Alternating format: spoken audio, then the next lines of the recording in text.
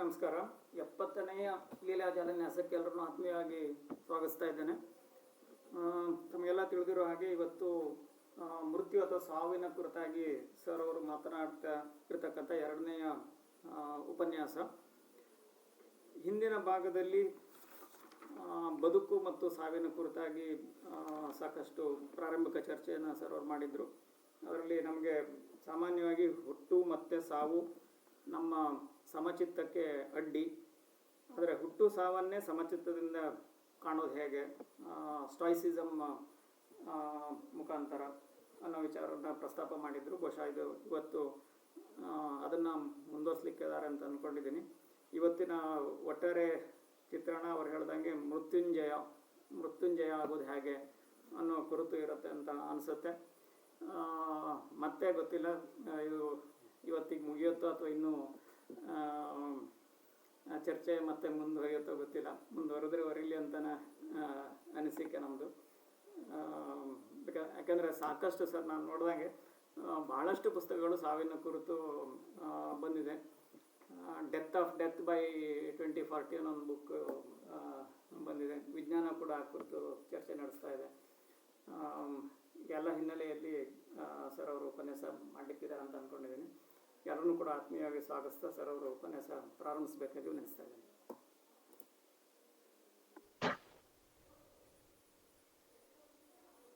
ಎಲ್ಲರಿಗೂ ಗೌರವಪೂರ್ವಕ ನಮಸ್ಕಾರ. ಸಾವು ಹುಟ್ಟು ಎರಡು ಸೋಜಿಗಗಳು, ಅದ್ರ ಮಧ್ಯೆ ಬದುಕು. ಆ ಹುಟ್ಟನ್ನೇ ಬ್ರಹ್ಮ ಅಂತಲೂ ಬದುಕನ್ನೇ ವಿಷ್ಣು ಅಂತಲೂ ಸಾವನ್ನೇ ಶಿವ ಅಂತಲೂ ರೂಪಕಗೊಳಿಸಿ ನಮಗೆ ವಿವರಿಸಲಾಗಿದೆ ಅನ್ನುವಂಥದ್ದು ತಮಗೆ ಗೊತ್ತಿರುವಂತಹ ಸಂಗತಿ. ಆದ್ದರಿಂದ ಎಲ್ಲ ಕಾಲದಲ್ಲೂ ಈ ಸಾವು ಮತ್ತೆ ಬದುಕು ಮತ್ತು ಹುಟ್ಟಿನ ನಿಗೂಢವನ್ನ ನಾವು ಚರ್ಚೆ ಮಾಡ್ತಾನೆ ಬಂದಿದ್ದೀವಿ. ಬೇರೆ ಬೇರೆ ರೀತಿಯಲ್ಲಿ ಆಲೋಚನೆ ಮಾಡ್ತಾನೆ ಬಂದಿದ್ದೀವಿ. ಹುಟ್ಟು ಆಶೆಯನ್ನ ಬೆಳೆಸುತ್ತೆ, ಸಾವು ವೈರಾಗ್ಯವನ್ನ ಬೆಳೆಸುತ್ತೆ ಅಂತ ಹೇಳ್ಬೋದು. ಯಾಕೆಂದ್ರೆ ಪ್ರವೃತ್ತಿ ಮಾರ್ಗಕ್ಕೆ ಹುಟ್ಟಿದೆಯಲ್ಲ, ನಾನು ಬದುಕಿದಾಗ ಏನೇನಿದೆಯೋ ಎಲ್ಲವನ್ನು ಸಂತೋಷ ಪಟ್ಟು ನೋಡ್ಬಿಡ್ಬೇಕು ನಾನು ಅನ್ನುವ ಆಸೆ ಹುಟ್ಟಿಸುತ್ತೆ ಬದುಕು. ಸಾವು ಏನ್ ಪಟ್ರು ಒಂದೇ, ನೀನೇನ್ ಜಾಸ್ತಿ ಏನು ಮಾಡಿದಾಗಲ್ಲ ಅನ್ನುವ ಒಂದು ರೀತಿಯಲ್ಲಿ ವೈರಾಗ್ಯವನ್ನ ಹೇಳುತ್ತೆ. ನಾವು ಹುಟ್ಟನ್ನ ಆಪ್ಟಿಮಿಸಮ್ ಅಥವಾ ಆಶಾವಾದ ಅಂತ ಕರೆಯೋದಾದ್ರೆ ಸಾವನ್ನ ನಿರಾಶಾವಾದ ಅಂತ ಕರೀಬಹುದೇನೋ. ಆದ್ರೆ ಎರಡೂ ಬೇಕಾಗುತ್ತೆ ಅನ್ನುವಂಥದ್ದನ್ನ ನಾನು ಬರ್ನಾರ್ಡ್ ಶಾ ಅವರ ನಗೆಹನಿಯ ಮೂಲಕ ಹೇಳೋದಕ್ಕೆ ಇಷ್ಟಪಡ್ತೇನೆ. ಅವ್ರನ್ನ ಕೇಳಿದ್ರು, ನೀವು ಆಶಾವಾದದ ಪರವಾಗಿದ್ದೀರೋ ನಿರಾಶಾವಾದದ ಪರವಾಗಿದ್ದೀರೋ ಅಂದ್ರೆ ನನಗೆ ಎರಡೂ ಬೇಕು. ಯಾಕೆ ಅಂದ್ರೆ ಆಶಾವಾದಿ ವಿಮಾನವನ್ನ ತಯಾರಿಸಿದ್ರೆ ನಿರಾಶಾವಾದಿ ಪ್ಯಾರಾಶೂಟ್ ಅಂತ ತಯಾರಿಸ್ತಾನೆ ಅನ್ನುವಂಥ ಮಾತು ಅವ್ರು ಹೇಳಿದ್ರು. ಹಾಗಾಗಿ ನಮಗೆ ಬದುಕಿಗೆ ಎರಡೂ ಅಗತ್ಯ ಇರೋದ್ರಿಂದ ಜನರ ಪ್ರಜ್ಞೆಯೂ ಇರಬೇಕು, ಬದುಕಿನ ಪ್ರಜ್ಞೆಯೂ ಇರಬೇಕು, ಮರಣದ ಪ್ರಜ್ಞೆಯೂ ಇರಬೇಕು. ನಾವೇನ್ ಮಾಡ್ತೀವಿ ಅಂದ್ರೆ ಬದುಕಿನ ಪ್ರಜ್ಞೆಯಲ್ಲಿ ಜನನ ಪ್ರಜ್ಞೆ ಮರಣದ ಪ್ರಜ್ಞೆ ಮರಿತೀವಿ, ಜನನದ ಪ್ರಜ್ಞೆಯಲ್ಲಿ ಮರಣದ ಪ್ರಜ್ಞೆ ಬದುಕಿನ ಪ್ರಜ್ಞೆ ಮರಿತೀವಿ, ಮರಣದ ಪ್ರಜ್ಞೆಯಲ್ಲಿ ಜನನದ ಬದುಕಿನ ಪ್ರಜ್ಞೆ ಮರಿತೀವಿ.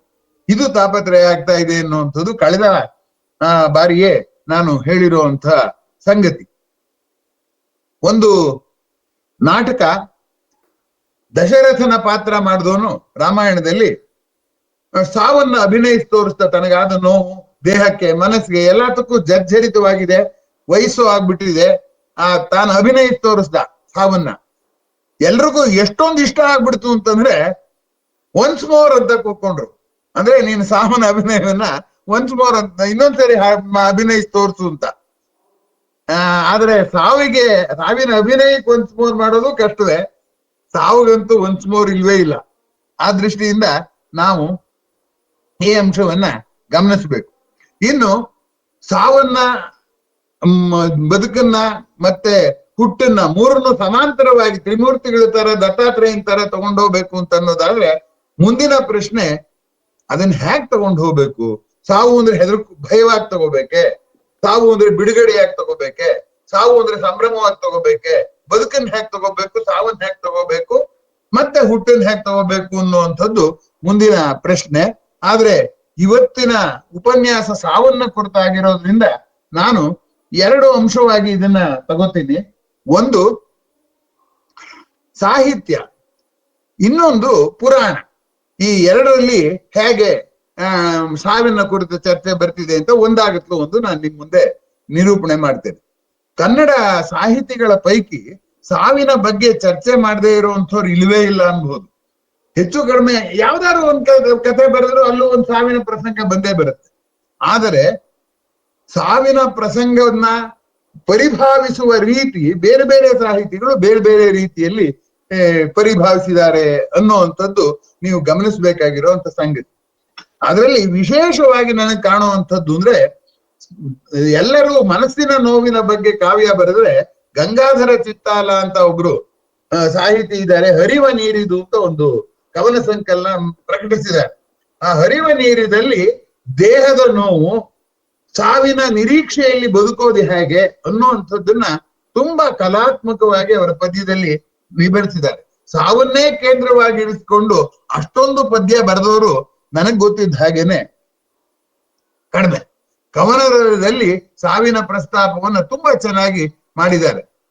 ನನ್ನ ತಂದೆಗೆ ಬಂದ ವೇದನೆ ನನ್ನನ್ನೂ ಬಾಧಿಸುತ್ತೆ ಅಂತ ನಾನು ಅನ್ಕೊಂಡಿರ್ಲಿಲ್ಲ, ಆದ್ರೆ ಬಾಧಿಸ್ತಾ ಇದೆ ಅಂತ ಅನ್ನೋ ರೀತಿಯಲ್ಲೆಲ್ಲ ಬರೀತಾರ.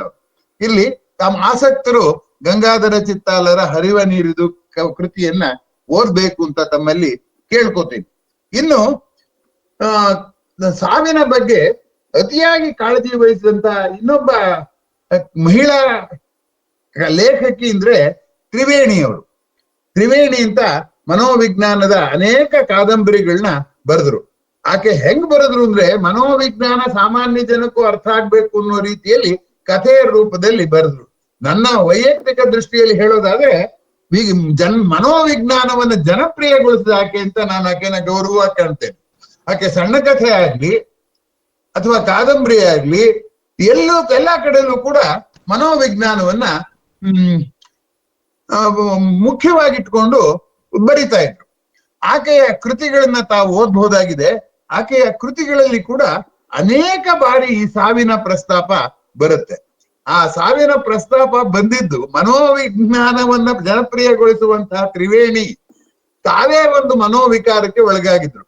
ಏನಪ್ಪಾ ಅದು ಅಂತಂದ್ರೆ, ಹೆಣ್ಣು ಹೆರಿಗೆಯಾಗಿ ಸತ್ತು ಹೋಗ್ತಾಳೆ ಅನ್ನುವಂತ ಭಾವ.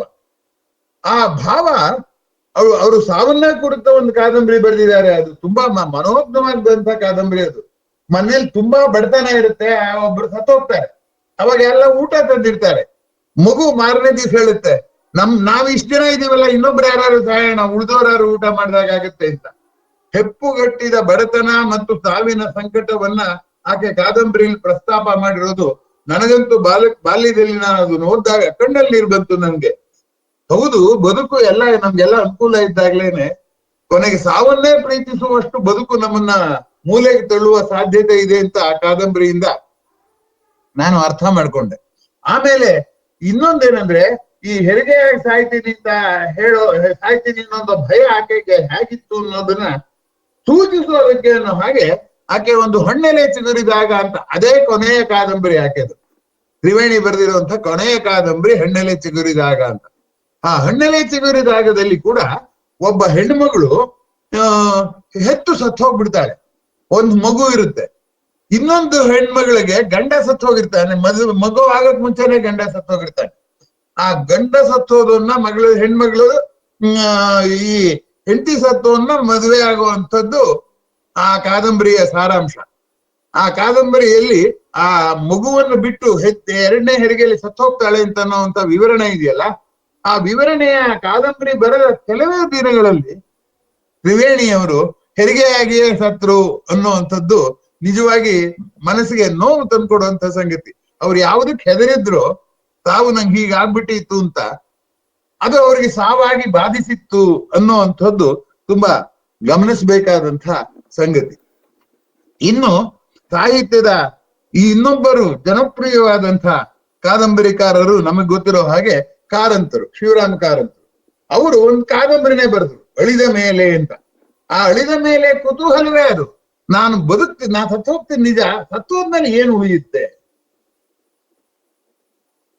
ಪುರಂದರದಾಸರೇನೋ ಬರೆದು ಬಿಟ್ರು, ಲೋಕದಲ್ಲಿ ಗೈದಿಹ ಪಾಪ ಪುಣ್ಯಗಳೆರಡು ಸಾಕಾರವಾಗಿ ಸಂಗಡ ಬರುವುದಲ್ಲದೆ ನಾರಿಯೋ ದಾರಿಣಿಯೋ ಬಲುದನದ ತೀರಿಯೋ. ನಿನ್ನ ಯಾವ ವೈಭವಗಳು, ನಿನ್ನ ಆಸ್ತಿ ಯಾವುದು ಬರೋದಿಲ್ಲ, ನೀನ್ ಮಾಡಿರುವಂತ ಒಳ್ಳೆ ಕೆಲಸ ಮತ್ತೆ ಕೆಟ್ಟ ಕೆಲ್ಸಗಳೇ ಬರುತ್ತೆ ಅಂತ ಪುರಂದರದಾಸರು ಬರೆದಿದ್ರು. ಆದ್ರೂ ಹಾಗಾದ್ರೆ ಒಳ್ಳೆ ಕೆಲಸ ಕೆಟ್ಟ ಕೆಲಸ ಅಂದ್ರೇನು, ಅದು ಹೇಗೆ ನೆನಪಿರುತ್ತೆ ಅನ್ನುವ ಗಹನವಾದಂತ ಚರ್ಚೆ ಮಾಡೋದಕ್ಕೆ ಒಂದು ಕಾದಂಬರಿನೇ ಬರೆದ್ರು. ಆ ಕಾದಂಬರಿಯ ನಾಯಕರ ಹೆಸರು ಯಶವಂತ ರಾವ್ ಅಂತ. ಅಂದ್ರೆ ಯಶವಂತ ಅಂದ್ರೆ ಕೀರ್ತಿವಂತ ಅಂತ.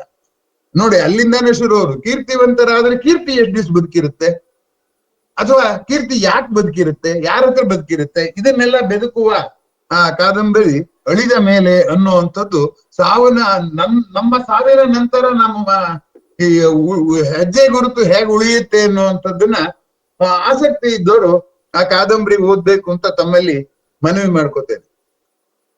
ಇನ್ನೊಂದು ತುಂಬಾ ಮುಖ್ಯವಾದಂತ ಸಾಹಿತ್ಯದ ಬಗ್ಗೆ ನಾನು ಪ್ರಸ್ತಾಪ ಮಾಡೋದಕ್ಕೆ ಇಷ್ಟಪಡ್ತೇನೆ. ಯಾಕೆಂದ್ರೆ ಸಾವನ್ನ ಗ್ರಹಿಸುವ ರೀತಿ ತಾನೇ ಇವಾಗ ನಮ್ಮ ಚರ್ಚೆ. ಸಾವನ್ನ ಯಾವ ರೀತಿ ಗ್ರಹಿಸ್ಬೇಕು ಅಂತ ನಾವು ಯಾವುದೋ ಒಂದು ರೀತಿ ಗ್ರಹಿಸ್ಬಿಟ್ಟು ಅದಕ್ಕೆ ಅಂಟ್ಕೊಂಡ್ಬಿಟ್ಟಿದೀವಿ. ಅದು ತೊಂದ್ರೆ. ಸಾವು ಅಂದ್ರೆ ಭಯ ಅಂತ ಕೆಲವರು ಅದಕ್ಕೆ ಭಯ ಕಟ್ಕೊಂಡ್ಬಿಟ್ಟಿದ್ದಾರೆ. ಸಾವು ಅಂದ್ರೆ ಅಯ್ಯೋ ಅದಕ್ಕೇನಂತ ಗಾಬರಿ ಅಂತ ಇನ್ನೊಂದು ಪ್ರಕೃತಿ ಜೊತೆಲಿ ಹೋರಾಡಿ ಸೋಲು ಅಂತ, ಈ ತರ ಒಬ್ಬೊಬ್ರು ಒಂದೊಂದನ್ನ ಇಟ್ಕೊಂಡ್ರು ಅಂತದ್ದು. ಆದ್ರೆ ಈ ಕಾದಂಬರಿ ಇದು ಎಸ್ ಎಲ್ ಭೈರಪ್ಪ ಅವರು ಇನ್ನೊಂದು ರೀತಿಯಲ್ಲಿ ಆ ಸಾವಿನ ಬಗ್ಗೆ ಬರೆದಿದ್ದಾರೆ. ಅವರ ಬರವಣಿಗೆ ಹೆಚ್ಚು ಗಮನ ಸೆಳೆಯೋದು ಯಾಕೆಂದ್ರೆ ಅವರು ತೀರಾ ಬಾಲ್ಯದಲ್ಲಿ ತನ್ನ ಆತ್ಮೀಯರು ತೀರ್ಕೊಂಡಿದ್ದನ್ನ, ತನ್ನ ತಂಗಿ ತೀರ್ಕೊಂಡಿದ್ದು, ಅದನ್ನೆಲ್ಲವನ್ನು ಕೂಡ ನಾನು ನೇರವಾಗಿ ಅನುಭವಿಸಿ ಬರೆದಿರೋದ್ರಿಂದ ಅವರ ಅನುಭವದ ಮೇಲೆ ಬರೆದಿರುವಂಥದ್ದು. ಸಾವಿನ ನೋವು ಹೇಗೆ ಕಾಡುತ್ತೆ, ಶವ ಸಂಸ್ಕಾರ ಮಾಡೋದು ಎಷ್ಟು ನೋವಿನ ಸಂಗತಿ, ಆಮೇಲೆ ಅದನ್ನ ಮರೆಯೋದು ಎಷ್ಟು ಕಷ್ಟ ಅನ್ನುವ ಸಂಗತಿಗಳನ್ನೆಲ್ಲವನ್ನು ಕೂಡ ಎಸ್ ಎಲ್ ಭೈರಪ್ಪನವರು ಸ್ವಾನುಭವದಿಂದ ಬರೆದಿರೋದ್ರಿಂದ ಅದು ಇನ್ನೂ ಹೆಚ್ಚು ಮಹತ್ವ ಪಡ್ಕೊಳ್ಳುತ್ತೆ ಅಂತ ನಾನು ತಿಳ್ಕೊಂಡಿದ್ದೀನಿ. ಹೀಗೆ ಕನ್ನಡ ಸಾಹಿತ್ಯದಲ್ಲಿ ಸಾವನ್ನ ಕುರಿತಂತೆ ಚಿತ್ರಗೀತೆಗಳಲ್ಲಿರೋ ಬಗ್ಗೆ ನಿನ್ನೆ ಕಳೆದ ಬಾರಿ ಪ್ರಸ್ತಾಪ ಮಾಡಿದ್ದೆ. ಕಾದಂಬರಿಗಳಲ್ಲಿ ಕೂಡ ಸಾಕಷ್ಟು ಕಾದಂಬರಿಗಳಲ್ಲಿ ಈ ಸಾವಿನ ಬಗ್ಗೆ, ಸಾವಿನ ನಂತರದ ಆಗುಹೋಗುಗಳ ಬಗ್ಗೆ ಪ್ರಸ್ತಾಪ ಇದೆ ಅನ್ನುವಂಥದ್ದನ್ನ ತಮ್ಮ ಗಮನ ಸೆಳೆಯೋದಕ್ಕೆ ಬಯಸ್ತೀನಿ. ಅದರಿಂದ ಸಾವಿನ ಬಗ್ಗೆ ಆಸಕ್ತರು ಕನ್ನಡ ಸಾಹಿತ್ಯ ಓದಿದ್ರೆ ಅವ್ರಿಗೇನು ನಿರಾಶೆ ಆಗುವ ಸಾಧ್ಯತೆ ಇಲ್ಲ.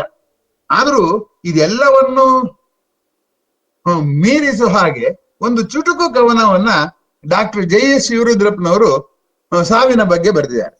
ಈಗ ನಾನು ಅದನ್ನ ನಿಮ್ಮ ಮುಂದೆ ಸಾದರಪಡಿಸ್ತೇನೆ. ಅವರು ಸಾವನ್ನು ಪದನೇ ಬಳಸೋದಿಲ್ಲ. ದೀಪ ಹಚ್ಚುವ ಮುನ್ನ ಒಂದೇ ಕೊರಗು, ಇನ್ನಷ್ಟು ಬೆಳಕು ಬೇಕು. ದೀಪ ವಾರಿದ ಮೇಲೆ ಒಂದೇ ಬೆರಗು, ಇಷ್ಟೊಂದು ದೃಶ್ಯ ಎಲ್ಲಿ ಮಾಯವಾಯಿತು ಅಂತ.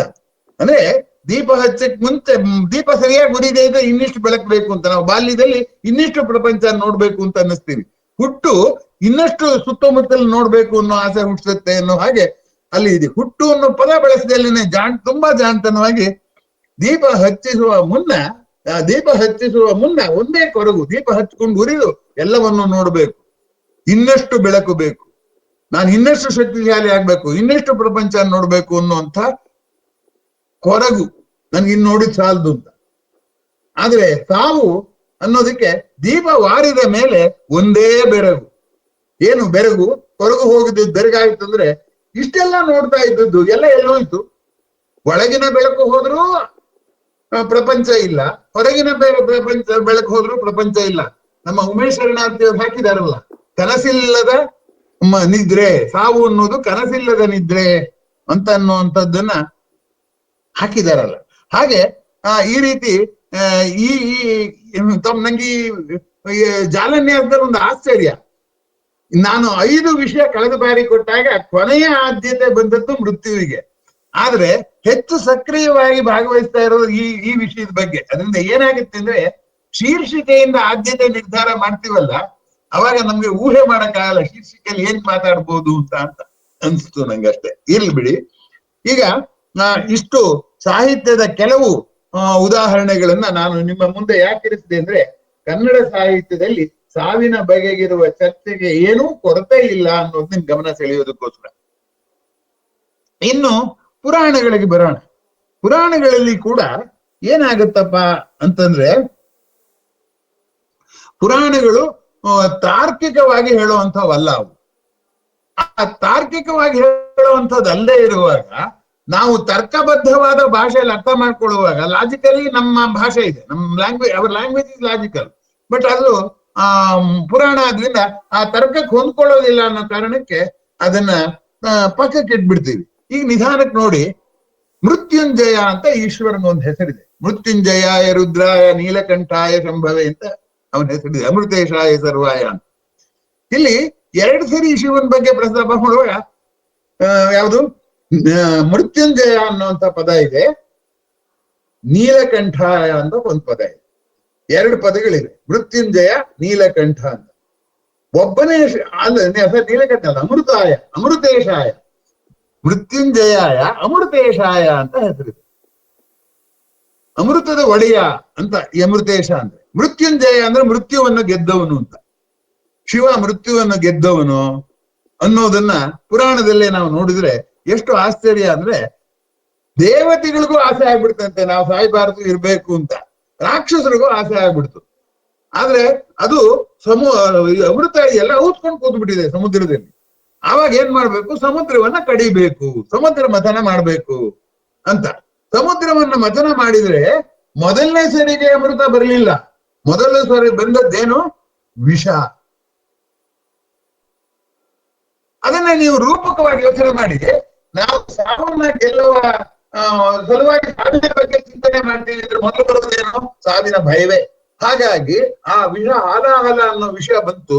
ಆ ನಂದನ್ನ ಯಾರು ಅದನ್ನ ಮೊದಲು ಅಮೃತ ಬರೋವರೆಗೂ ಈ ವಿಷನ ಏನ್ ಮಾಡ್ಬೇಕು, ಎಲ್ಲಾರ್ಗು ಹೋಗಿ ಎಲ್ಲರನ್ನು ಸಾಯಿಸ್ಬಿಟ್ರೆ, ಅಮೃತ ತರಕ್ ಹೋಗ್ಬಿಟ್ಟು ವಿಷ ತಂದಿದೀವಿ, ಎಲ್ಲರನ್ನೂ ವಿಷ ಸಾಯಿಸತ್ತೆ ಅನ್ನೋದ್ರಿಂದ ಈ ವಿಷನ ಯಾರು ತಗೋತೀರಾ ಅಂತ ಕೇಳಿದ್ರು. ಯಾರು ತಗೋತೀನಿ ಅಂತ ಹೇಳ್ತಾರೆ. ಆಮೇಲೆ ಈ ಸಂದರ್ಭ ಕಲ್ಪಿಸ್ಕೊಳ್ಳಿ, ಮನುಷ್ಯ, ದೇವತೆಗಳು, ರಾಕ್ಷಸರು ಸಾವನ್ನ ಗೆಲ್ಲೋಕೋಸ್ಕರ ಎಲ್ಲರೂ ಅಮೃತ ಹುಡುಕ್ತಿದ್ದಾರೆ. ಅದ್ ಸಿಕ್ಬಿಟ್ರೆ ಈಗ ನಾನ್ ಸತ್ತೋದ್ರೆ ಅವರೆಲ್ಲ ಉಳ್ಕೊಂಡ್ಬಿಡ್ತಾರೆ. ಅದರಿಂದ ನಾನು ಬದುಕಬೇಕು ಅನ್ನೋಂತ ಧೋರಣೆ ಇರೋದ್ರಿಂದ ಯಾರು ಒಪ್ಪೋದಿಲ್ಲ ಅದನ್ನ, ಆ ವಿಷ ಕುಡಿಯೋದಿಕ್ಕೆ. ಆದರೆ ಶಿವ ಹೇಳ್ತಾನೆ, ನಾನೊಬ್ಬ ಸತ್ರೂ ಪರವಾಗಿಲ್ಲ, ಉಳಿದವರೆಲ್ಲ ಸುಖವಾಗಿರ್ಲಿ ಅಂತ. ಅದಕ್ಕೆ ಅವನು ಮೃತ್ಯುಂಜಯ. ಅವನು ಮೃತ್ಯುಂಜಯ ಅಂದ್ರೆ ಮೃತ್ಯುವನ್ನ ಗೆಲ್ಲಿಲ್ಲ, ಅವನು ಮೃತ್ಯುವಿನ ಭಯವನ್ನು ಗೆದ್ದ. ತಾನು ವಿಷ ಸೇವಿಸ್ತೀನಿ ಅಂತ ಬಂದ. ಇಷ್ಟೆಲ್ಲ ದೇವತೆಗಳು, ರಾಕ್ಷಸರೆಲ್ಲರ ಮಧ್ಯೆ ಅವನೊಬ್ಬನೇ ಹಾಗೆ ಬಂದಿದ್ದು. ಆ ವಿಷವನ್ನ ಅವನಿಗೆ ಕೊಟ್ರು, ಆ ವಿಷವನ್ನ ಅವನು ಕುಡಿದ್ರೆ ಏನಾಯ್ತು, ಗಂಟ್ಲಲ್ಲಿ ಅದು ಗಂಟ್ಲಿಂದ ಕೆಳಗೆ ಹೋಗದ ಹಾಗೆ ಪಾರ್ವತಿ ಬಂದು ಕೈ ಹಿಡ್ಕೊಂಡ್ಬಿಟ್ಲಂತೆ, ಅವ್ನು ಕುತ್ತಿಗೆ ಹಿಡ್ಕೊಂಡ್ಬಿಟ್ಲಂತೆ. ಇನ್ ಕೆಳಗೆ ಹೋಗ್ಬಿಟ್ರೆ ನನ್ ಗಂಡ ಸತ್ ಹೋಗ್ತಾನೆ, ನಾನು ವಿಧವೆ ಆಗ್ತೀನಿ ಅಂತ. ಹೋಗ್ಲಿ ಆಚೆಗೆ ಉಗುಳೋಣ ಅಂದ್ರೆ ಅವನ ಕುಡ್ದಿದ್ದಾನೆ ವಿಷನ. ವಿಷ ಕುಡಿತೀನಿ ದೊಡ್ಡದಕ್ಕೆ ಹೇಳ್ಬಿಟ್ಟ, ಆಚೆ ಕೆಡಬಿಟ್ಟು ಪ್ರಪಂಚ ಸೃಷ್ಟಿನೆಲ್ಲ ಹಾಳು ಮಾಡ್ಬಿಡ್ತಾನೆ ಅಂತ ಆಕ್ಷೇಪಣೆ ಬರುತ್ತೆ.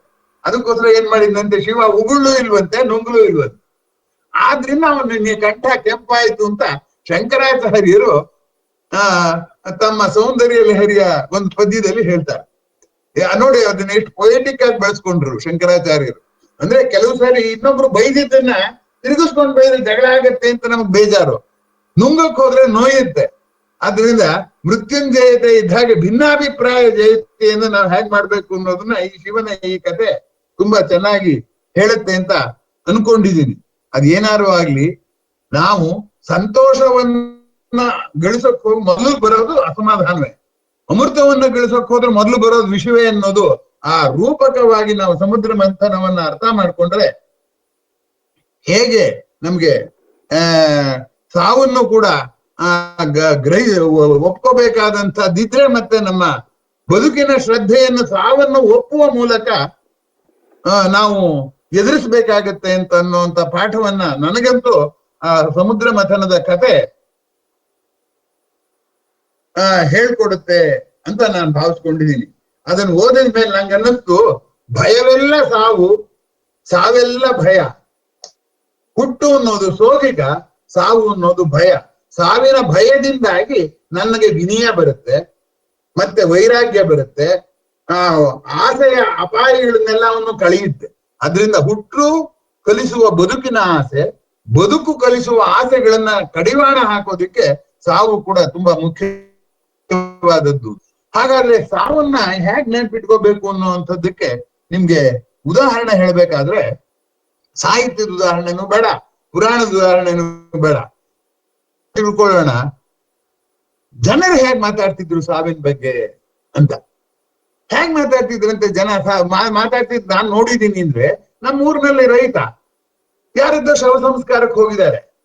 ಯಾರು? ಭಾವ ಭಾಮೈದ ಅಂದ್ರೆ ಹೆಂಡತಿ ತಮ್ಮ, ಮತ್ತೆ ಗಂಡ ಹೆಂಡತಿ ತಮ್ಮ ಇಬ್ರು ಹೋಗಿದ್ದಾರೆ ಒಂದ್ ಶವ ಸಂಸ್ಕಾರಕ್ಕೆ, ಸ್ಮಶಾನಕ್ಕೆ. ಅವ್ರು ಹೆಂಗ್ ಮಾತಾಡ್ತಾರೆ? ನಿನ್ ಜಾಗ ನೋಡ್ಕೊಂಡ್ಯಾ ಅಂತ ಒಬ್ಬ ಕೇಳ್ತಾನೆ ಇನ್ನೊಬ್ಬ. ಅಂದ್ರೆ ನೀನು ಸಾಹಿತ್ಯ ಇವತ್ತು ಅವನ್ ನೋಡು ಹಾಗಲ್ಲ, ನಿನ್ ಜಾಗ ನೀನ್ ನೋಡ್ಕೊಂಡ್ಯಾ ಅಂತಾನೆ. ಹಾಗಂದ್ರೆ ನೀನ್ ಸಾಯಿ ಅಂತ ತಾನೇ ಅರ್ಥ. ಸಿಟ್ಕೊಳ್ಳಿಲ್ಲ ಅವನು. ಭಾವಮೈದ ಆಯ್ತು ಅಂತ ಹೇಳಿದಂತೆ, ಅಯ್ಯೋ ನನಗೆ ಎಲ್ರಿಗೂ ಜಾಗ ನೋಡ್ ಸಾಕಾಗಿದೆ, ನನ್ ಜಾಗ ನೀವೇ ಯಾರು ನೋಡ್ರಪ್ಪ ಅಂತ ಹೇಳ್ತಾನೆ.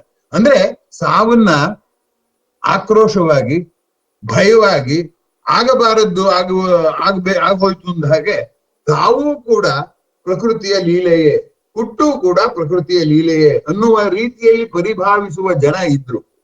ಈಗ ನಾವು ಹಾಗಲ್ಲ. ನಾನು ಇನ್ನೊಂದಿಷ್ಟು ಕಸರತ್ ಮಾಡ್ಬಿಡ್ತೀನಿ, ಒಳ್ಳೆ ಆಸ್ಪತ್ರೆಗೆ ಹೋಗ್ತೀನಿ, ಜಾಸ್ತಿ ಡಾಕ್ಟರ್ ಖರ್ಚು ಮಾಡ್ತೀನಿ, ನಾನು ಹಣ ಎಲ್ಲ ಖರ್ಚು ಮಾಡಿದ್ರು ಸರಿ, ನಾನು ಉಳಿಸ್ಕೋತೀನಿ ಅಂತ ಹೋಗಿ ಉಳಿಸ್ಕೊಳ್ಳಿಲ್ಲ ಅಂದ್ರೆ ನಾನು ಸೋತೋಗ್ಬಿಟ್ಟೆ ಅಂತ ವ್ಯಥೆ ಪಡುವಂತಹ ಧೋರಣೆ ಇವತ್ತು ನಮ್ಮನ್ನ ಬಾಧಿಸ್ತಾ ಇದೆ ಅನ್ನುವಂಥದ್ದನ್ನ ಗಮನಿಸಿದ್ರೆ, ಹಿಂದೆ ಜನ ಪ್ರಕೃತಿಯ ಲೀಲೆ ಅನ್ನೋದಾದ್ರೆ ಅಲೆ ತಗೊಳ್ಳಿ, ಅಲೆ ಮೇಲಕ್ಕೂ ಹೋಗುತ್ತೆ ಕೆಳಗೂ ಬರುತ್ತೆ. ಮೇಲಕ್ಕೆ ಹೋಗುವಾಗ ಅಲೆ ಸಂಭ್ರಮವೂ ಇಲ್ಲ, ಕೆಳಕ್ ಬರುವಾಗ ದುಃಖವೂ ಇಲ್ಲ, ಅಥವಾ ಕೆಳಕ್ ಬರುವಾಗ ಸಂಭ್ರಮವೂ ಇಲ್ಲ, ಮೇಲಕ್ಕೆ ಹೋಗುವಾಗ ದುಃಖವೂ ಇಲ್ಲ. ಜಾರು ಬಂಡೆ ಜಾರದಾಗ ಕೆಳಕ್ ಬಂದ್ಬಿಡ್ಬೋದು, ಅದೇ ಸುಖ. ಮೇಲೆ ಹೋಗೋ ದುಃಖ ಅಂತ ಹೇಳಿದಾಗೆ ಸುಖ ದುಃಖ ಹೇಗೆ ಅನಿವಾರ್ಯ ಅಪರಿಹಾರ್ಯಗಳು ಜೋಡಿಯೋ ಹಾಗೆ ಹುಟ್ಟು ಸಾವು ಕೂಡ ಒಂದು ಜೋಡಿ ಅಂತ ಭಾವಿಸುವ ಧೋರಣೆಯನ್ನ ನಮ್ಮ ಹಿಂದಿನವರು ಪಡ್ಕೊಂಡಿದ್ರು. ನಾವ್ ಯಾಕೆ ಕಳ್ಕೊಂಡ್ಬಿಟ್ಟಿದೀವೋ ಗೊತ್ತಿಲ್ಲ. ಸಾಮಾನ್ಯವಾಗಿ ಸಾವನ್ನು ಸಮಚಿತ್ತದಿಂದ ಸ್ವೀಕರಿಸುವಂತ ಗುಣ ಮೊದಲಿಗಿನ್ನ ಈಗ ಕಡಿಮೆ ಆಗಿದೆ ಅಂತ ನನ್ನ 76 ವರ್ಷದ ಅನುಭವದಲ್ಲಿ ತುಂಬಾ ಆಶ್ಚರ್ಯವಾಗಿ ಕಾಣುವಂತ ಸಂಗತಿ. ಹಾಗಾದ್ರೆ ಸಾವುಗೆ ಶರಣಾಗ್ಬೇಕಾ ಅಥವಾ ಸಾವನ್ನ ಪ್ರತಿಭಟಿಸ್ಬೇಕಾ? ಏನ್ ಮಾಡ್ಬೇಕು ಅನ್ನುವ ಪ್ರಶ್ನೆಯನ್ನ ನಾನು ಹಾಕೊಳ್ಳೋದಾದ್ರೆ, ಏನೂ ಮಾಡ್ಬೇಕಾಗಿಲ್ಲ, ಎಲ್ಲವೊಂದು ಸಮಚಿತ್ತದಿಂದ ಪ್ರಕೃತಿ ಲೀಲೆ ಅಂತ ಸ್ವೀಕರಿಸ್ಬೇಕು. ಅಲೆಯ ಹಾಗೆ ಅಂತ ಹೇಳಿದ್ನಲ್ಲ, ಅದಲ್ಲದೆ ಇನ್ನೂ ಒಂದು ಅಂಶ ಇದೆ. ಮನುಷ್ಯನ ಒಳಗೇನೆ ಏನು ಅಂತಂದ್ರೆ ಅಮರತ್ವದ ಹಂಬಲ ತುಂಬಾ ಇದೆ. ನಾನ್ ಸಾಯ್ತೀನಿ ಅನ್ನೋದು ಗೊತ್ತು ಅವನ್ಗೆ, ಆದ್ರೆ ಸಾವಿರ ಏನಾದ್ರು ಮಾಡ್ಬೇಕು ಅನ್ನುವಂಥ ಚಪಲ, ಸಾವಿಲ್ಲದನ್ನ ಗೌರವಿಸುವ ಗುಣ ಮನುಷ್ಯನಿಗೆ ಮಾನಸಿಕವಾಗಿ ಅಂತರ್ಗತವಾಗಿ ಇದೆ ಅಂತ ನಾನ್ ನಿಮ್ಗೆ ನೆನಪು ಮಾಡ್ಕೊಡೋದಕ್ಕೆ ಬಯಸ್ತೇನೆ. ನೋಡಿ, ಯಾವ್ದಾದ್ರು ಅಂಗಡಿಗೆ ತಗೊಂಡು ಹೋದ್ರೆ ಅಥವಾ ಒಂದ್ ಚಪ್ಪಲಿ ಕೊಂಡ್ಕೊಳಕ್ ಹೋದ್ರು ಕೂಡ ಏನ್ ಕೇಳ್ತೀವಿ ಅಂಗಡಿಯವ್ರನ್ನ? ಇದು ಬಾಳ್ಕೆ ಬರುತ್ತೇನಪ್ಪ ಅಂತ ಕೇಳ್ತೀವಿ ಅಲ್ವಾ? ಡ್ಯೂರಬಿಲಿಟಿ ಅಂತ ಕರಿತೀವಲ್ಲ. ಸೊ ಡ್ಯೂರೇಷನ್ ಜಾಸ್ತಿ ಆದ್ರೆ ಡ್ಯೂರಬಿಲಿಟಿ ಜಾಸ್ತಿ ಆಗುತ್ತೆ. ಅಂದ್ರೆ ಹೆಚ್ಚು ಬಾಳಿಕೆ ಬರುವಂತದ್ದನ್ನೇ ಉಪಯೋಗಿಸ್ಬೇಕು ಅನ್ನುವ ಭಾವ ಒಂದು ನಮ್ಮಲ್ಲಿ ಇದ್ದೇ ಇದೆ. ಹಾಗೇನೆ ನಾವು ಚಿನ್ನವನ್ನ ಆಸೆ ಪಟ್ಟಿದ್ದಾದ್ರೂ ಯಾತಕ್ಕೆ? ಚಿನ್ನ ಗಾಳಿಗೆ ಒಡ್ಡಿದ್ರು ಎಷ್ಟು ದಿವಸ ಇಟ್ರು ಅದು ಸವದು ಹೋಗೋದಿಲ್ಲ ಅಥವಾ ನಾಶ ಆಗೋದಿಲ್ಲ. ಆದ್ರಿಂದ ಶಾಶ್ವತತೆ ಚಿನ್ನಕ್ಕಿದೆ ಅನ್ನೋ ಕಾರಣಕ್ಕೆ ಚಿನ್ನವನ್ನ ಹುಡುಕೊಂಡು ಹೊರಟ್ವಿ ನಾವು. ಅಂದ್ರೆ ನನ್ನ ಬದುಕು ನಶ್ವರವಾದ್ರೂ ನಾನು ಹುಡುಕುವಂತ ವಸ್ತು ಶಾಶ್ವತವಾಗಿರ್ಬೇಕು ಅನ್ನುವಂತ ಅಂತರ್ಗತ ಆಸೆ ಇದೆಯಲ್ಲ, ಅದು ಇದು ಸಾವನ್ನ ಒಂದು ನಾಶದ ಗುಣವನ್ನ ವಿರೋಧಿಸುವಂಥದ್ದು. ಇವರು ನಿಸಾರ್ ಅಹಮದ್ ಒಂದು ಪದ್ಯ ಬರೆದಿದ್ದಾರೆ. ಯಾವಾಗ ಬರೆದ್ರು ಅಂದ್ರೆ ಅವರು ಬಿಸಿ ಮತ್ತೆ BGL ಸ್ವಾಮಿ ಸತ್ ಹೋದಾಗ ಅವಾಗ ಅವ್ರು ಹೇಳ್ತಾರೆ ಇವನಿಗೆ ಯಮನಿಗೆ, ನೀನು ಗೆದ್ದು ಬಿಟ್ಟಿದೀನಿ ಅಂತ ಅನ್ಕೋಬೇಡ, ಇವ್ರಿಬ್ರು ಇದಾರಲ್ಲ ಮಹಾ ಖದೀಬ್ರು ಇವ್ರು ನೀನ್ ಅವ್ರನ್ನ ಸಾಯಿಸ್ಬೋದು. ಅವ್ರು ಬರೆದಿರೋ ಬರವಣಿಗೆ ಇದೆಯಲ್ಲ, ಮುಂದಿನ ತಲೆಮಾರಿನವರು ಎಲ್ಲ ಓದ್ತಾರೆ. ಒಂದರ್ಥದಲ್ಲಿ ನೀನೇ ಸತ್ತು ಹೋಗಿದೆ, ನೀನ್ ಸಾಯಿಸಿ ನಿನ್ ದೇಹದ ಮೇಲೆ ನಿಯಂತ್ರಣ ಮಾಡ್ಕೋಬಹುದು, ಅವ್ರ ಕೃತಿಗಳನ್ನೇನು ಮಾಡಕ್ ಆಗಲ್ಲ ಅಂತ ಹೇಳೋದ್ರ ಜೊತೆ ಮುಂದಕ್ಕೆ ಹೇಳ್ತಾರೆ, ಇವ್ರು ಎಂಥ ಕಿಲಾಡಿಗಳು ಅಂದ್ರೆ ನಿನ್ನನ್ನು ಬೇಕಾದ್ರೆ ಅನ್ಕಿಸ್ಕೋತಾರೆ. ಬಹಳ ಹುಷಾರಾಗಿರೋ ಅವ್ರ ಹತ್ರ ಮಾತಾಡ್ಬೇಕಾರೆ. ಯಾಕೆಂದ್ರೆ ಯಾವುದನ್ನು ಬೇಕಾದ್ರೂ ಹಾಸ್ಯವಾಗಿ ತರುವಂತ ತಾಕತ್ ಅವ್ರಿಗಿದೆ. ಸಾವನ್ನು ಹಾಸ್ಯವಾಗಿ ತರಬಲ್ರು, ಮತ್ತೆ ಯಮನ್ನು ಹಾಸ್ಯವಾಗಿ ತರಬಲ್ರು ಅಂತ ಅನ್ನುವಂಥದ್ದು ಗಮನಿಸ್ಬೇಕಾದದ್ದು.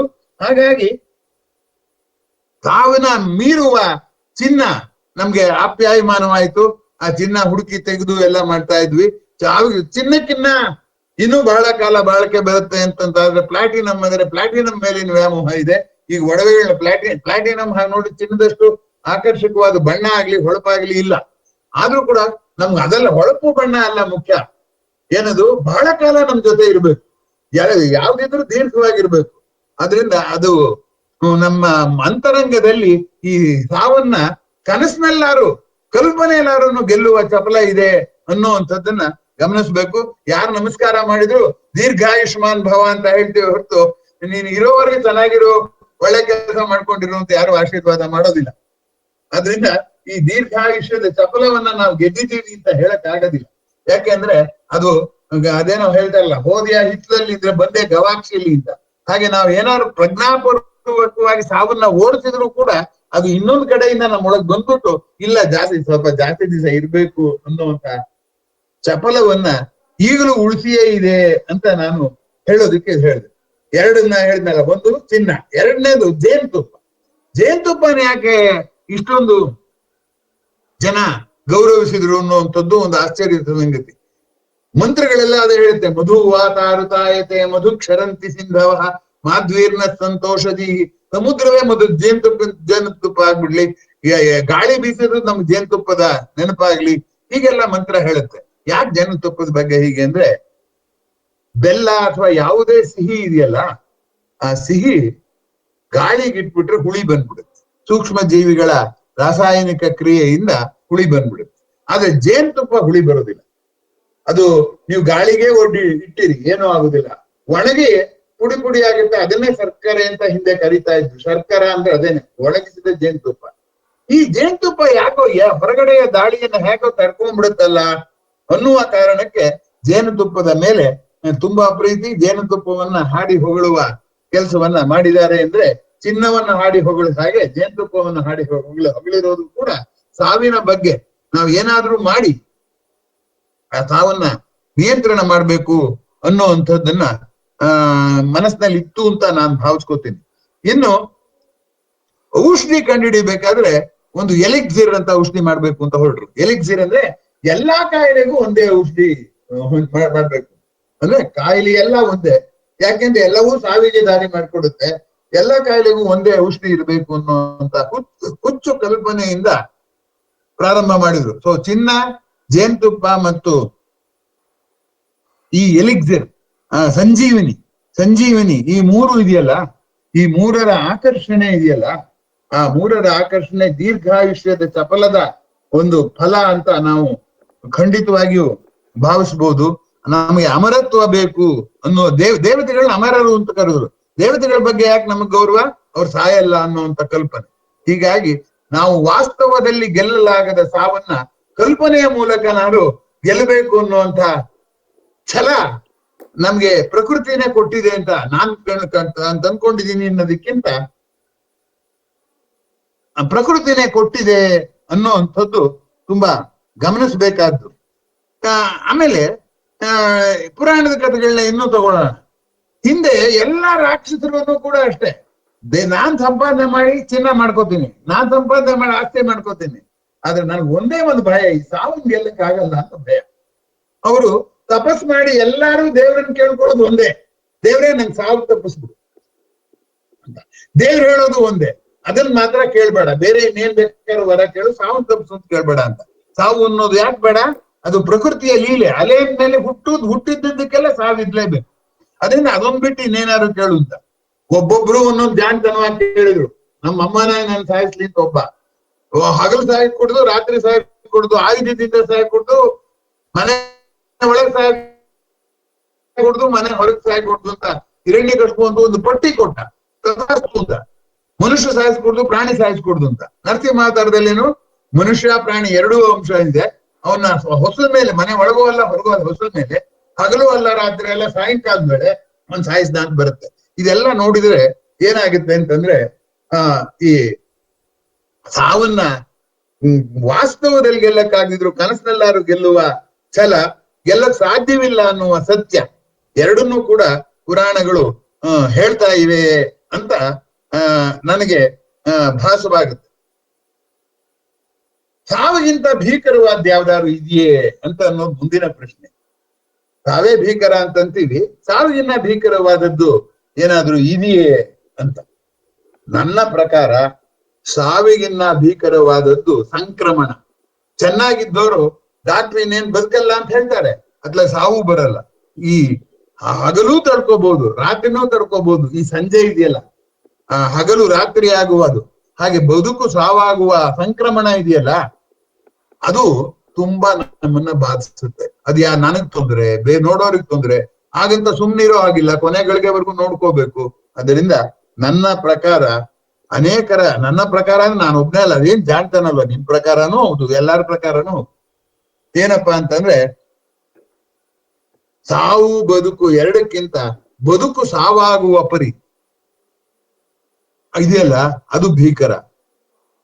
ನಿರ್ಜೀವವಾದದ್ದು ಜೀವವಾಗುವ ಪರಿ ಸೋಜಿಗ, ಜೀವ ನಿರ್ಜೀವವಾಗುವ ಪರಿ ಸಂಕಟ, ನೋವು. ಈ ಜೀವ ನಿರ್ಜೀವವಾಗುವ ಪರಿ ಸಾವಿಗಿನ್ನ ತುಂಬಾ ಅಪಾಯಕಾರಿಯಾದ್ದು ಅಂತ ನನ್ನ ಭಾವನೆ. ಅದಕ್ಕೆ ಹೇಳ್ತಾರಲ್ಲ, ದೇವ್ರನ್ನೇನ್ ವರ ಕೇಳ್ಕೋಬೇಕು ಅಂದ್ರೆ ಅನಾಯಾಸೇನ ಮರಣಂ, ಸಾವಿಲ್ದೆ, ನೋವಿಲ್ದೆ ಇರೋ, ಆಯಾಸವಿಲ್ದೆ ಇರೋ ಅಂತ ಸಾವು ಕೊಟ್ಬಿಡು. ವಿನಾ ದೈನ್ಯೇನ ಜೀವನಂ, ಜೀವನಕ್ಕೆ ಬರಕ ಏನು, ನನಗೆ ಯಾರನ್ನೂ ಗೋಗರ್ದು ಬಡತನದಲ್ಲಿ ಜೀವನ ಮಾಡೋದನ್ನ ಕೊಡ್ಬೇಡ. ಅಂತಿಮಂ ತವಸಾಯುಜ್ಯಂ, ಕೊನೆಗೆ ನಿನ್ನನ್ನು ಸೇರ್ಕೊಳ್ಳೋ ಅಂತದ್ದು, ಈ ಮೂರನ್ನು ಕೊಡು ಅಂತ ಕೇಳುವಾಗ ಗಮನಿಸಿ, ಸುಖ ಜೀವನ, ಬಡತನವಿಲ್ಲದ ಜೀವನಕ್ಕೆ ಮುಂಚೆ ಕೇಳಿರೋದು ಯಾವುದು? ಅನಾಯಾಸೇನ ಮರಣಂ, ಆಯಾಸವಿಲ್ಲದೆ ಸಾವು ಬರ್ಬೇಕು ಅಂತ. ಯಾಕೆಂದ್ರೆ ನಮಗ್ ಗೊತ್ತು, ಆಗ ನಮ್ಗೆ ಇನ್ನೊಬ್ರು ಬೆಂಬಲವೂ ಬೇಕು, ಅವ್ರಿಗೂ ತೊಂದ್ರೆ, ನಂಗೂ ತೊಂದ್ರೆ, ನಮ್ಗೆ ತುಂಬಾ ವಿನಯವಾಗಿ, ತುಂಬಾ ನಾನು ತೊಂದರೆ ಪಡೆದೆ, ಬೇರೆಯವ್ರಿಗೆ ತೊಂದರೆ ಕೊಡ್ಬಾರ್ದು ಅನ್ನೋ ಆಸೆ ಇರೋರೆಲ್ಲ ಅನಾಯಾಸೇನ ಮರಣವನ್ನೇ ಅಪೇಕ್ಷೆ ಪಡ್ತಾರೆ ಅನ್ನುವಂಥದ್ದು ತುಂಬಾ ಗಮನಿಸಬೇಕಾದ್ದು. ಇನ್ನು ಶತ್ರುಗಳು, ಸಾವನ್ನು ಉಂಟು ಮಾಡುವ ಶತ್ರುಗಳು ಎಲ್ಲಿದ್ದಾರೆ? ನಮ್ ಒಳಗಿದಾರೋ ನಮ್ ಹೊರಗಿದಾರೋ ಅನ್ನುವಂತಹ ಪ್ರಶ್ನೆ. ಈ ಪ್ರಶ್ನೆಗೆ ಕೂಡ ಉತ್ತರ ಹೇಳ್ಬೇಕಾದ್ರೆ ನಾನು ಪುರಾಣದಿಂದಷ್ಟು ಪ್ರಾರಂಭ ಮಾಡ್ತೇನೆ. ದೇವತೆಗಳೆಲ್ಲ, ರಾಕ್ಷಸರುಗಳೆಲ್ಲ ದೇವರನ್ನ ಕೇಳ್ಕೊತಾ ಇದ್ದದ್ದು, ಹೊರಗಿನಿಂದ ಯಾರು ನನ್ನನ್ನು ಸಾಯಿಸಬಾರದು ಅಂತ. ಅಂದ್ರೆ ನಮಗೆ ಸಾವು ಬರೋದು ಹೊರಗಿನಿಂದ ಅಂತ ರಾಕ್ಷಸರಿಗೆ ಒಂದು ನಂಬಿಕೆ. ಅವ್ರ ರಾಕ್ಷಸರು ಬಿಡಿ, ಅವ್ರ ದಡ್ರು, ನಾವೆಲ್ಲ ಬುದ್ಧಿವಂತರಲ್ಲ. ನಮಗೂ ಅದೇ ನಂಬಿಕೆ. ಏನಪ್ಪಾ ಅಂದ್ರೆ, ರೋಗ ಬರದ ಹಾಗೆ ನೋಡಿಕೊಂಡು ಬಿಟ್ರೆ ನಾವು ಸಾಯಲ್ಲ. ಆದ್ರೆ ಸಾವಿಗೆ ರೋಗ ಬರಬೇಕಾಗಿಲ್ಲ ಅನ್ನುವಂಥದ್ದು ಒಂದು ಗಮನಿಸ್ಬೇಕಾದ್ರೆ. ಎರಡನೇದು, ನಮ್ಮ ರಾಕ್ಷಸರ ಹಾಗೆ ನಮಗೂ ನಂಬಿಕೆ, ಸಾವು ಹೊರಗೆ. ಬೆಳಗ್ಗೆ ಎಲ್ಲ ಚೆನ್ನಾಗಿದ್ರು, ನೀರ್ ಕುಡಿಯಕ್ ಹೋದ್ರು, ಹಾಗೆ ಬಿದ್ಬಿಟ್ರು, ಸತ್ತೋಗ್ಬಿಟ್ರು ಅಂತ ನಾವು ಆ ಸಾವನ್ನ ವಿವರಿಸುವ ರೀತಿಯಲ್ಲಿ ಏನಂದ್ರೆ ಅವ್ರು ಸಾಯೋ ಅಗತ್ಯ ಇರ್ಲಿಲ್ಲ ಅನ್ನುವ ರೀತಿಯಲ್ಲಿ ಹೇಳ್ತೀವಿ. ಹಾಗಾಗಿ ನಾವು ಈಗಲೂ ನಾವು ಕೂಡ ಸಾವಿಗೆ ಕಾರಣ ಬಹಿರ್ಕಾರಣವೇ ಹೊರತು ಆಂತರಿಕ ಕಾರಣ ಇದೆ ಅಂತ ಅನ್ಕೊಂಡೇ ಇಲ್ಲ. ಆಂತರಿಕ ಕಾರಣ ಕೆಲವ್ರಿಗೆ ಇರ್ಬಹುದು ಅಂತ ಅನ್ಕೋತೀವಿ. ಈಗ ಉದಾಹರಣೆಗೆ ಬ್ಲೂ ಬೇಬಿ ಅಂತ ಮಟ್ಬಿಟ್ಟಿರುತ್ತೆ, ಅಲ್ಲಿ ಅವರಿಗೆ ಹೃದಯದಲ್ಲಿ ಒಂದು ತೂತಾಗ್ಬಿಟ್ರೆ, ಶುದ್ಧ ರಕ್ತ ಮಲಿನ ರಕ್ತ ಎರಡು ಬೆರ್ತ್ಕೊಂಡ್ಬಿಡುತ್ತೆ. ಹಾಗಾಗಿ ಅದ್ರ ಮೈಯೆಲ್ಲ ನೀಲಿ ಬಣ್ಣ ಕಾಣುತ್ತೆ, ಅದಕ್ಕೆ ಬ್ಲೂ ಬೇಬಿ ಅಂತ ಕರೀತಾರೆ.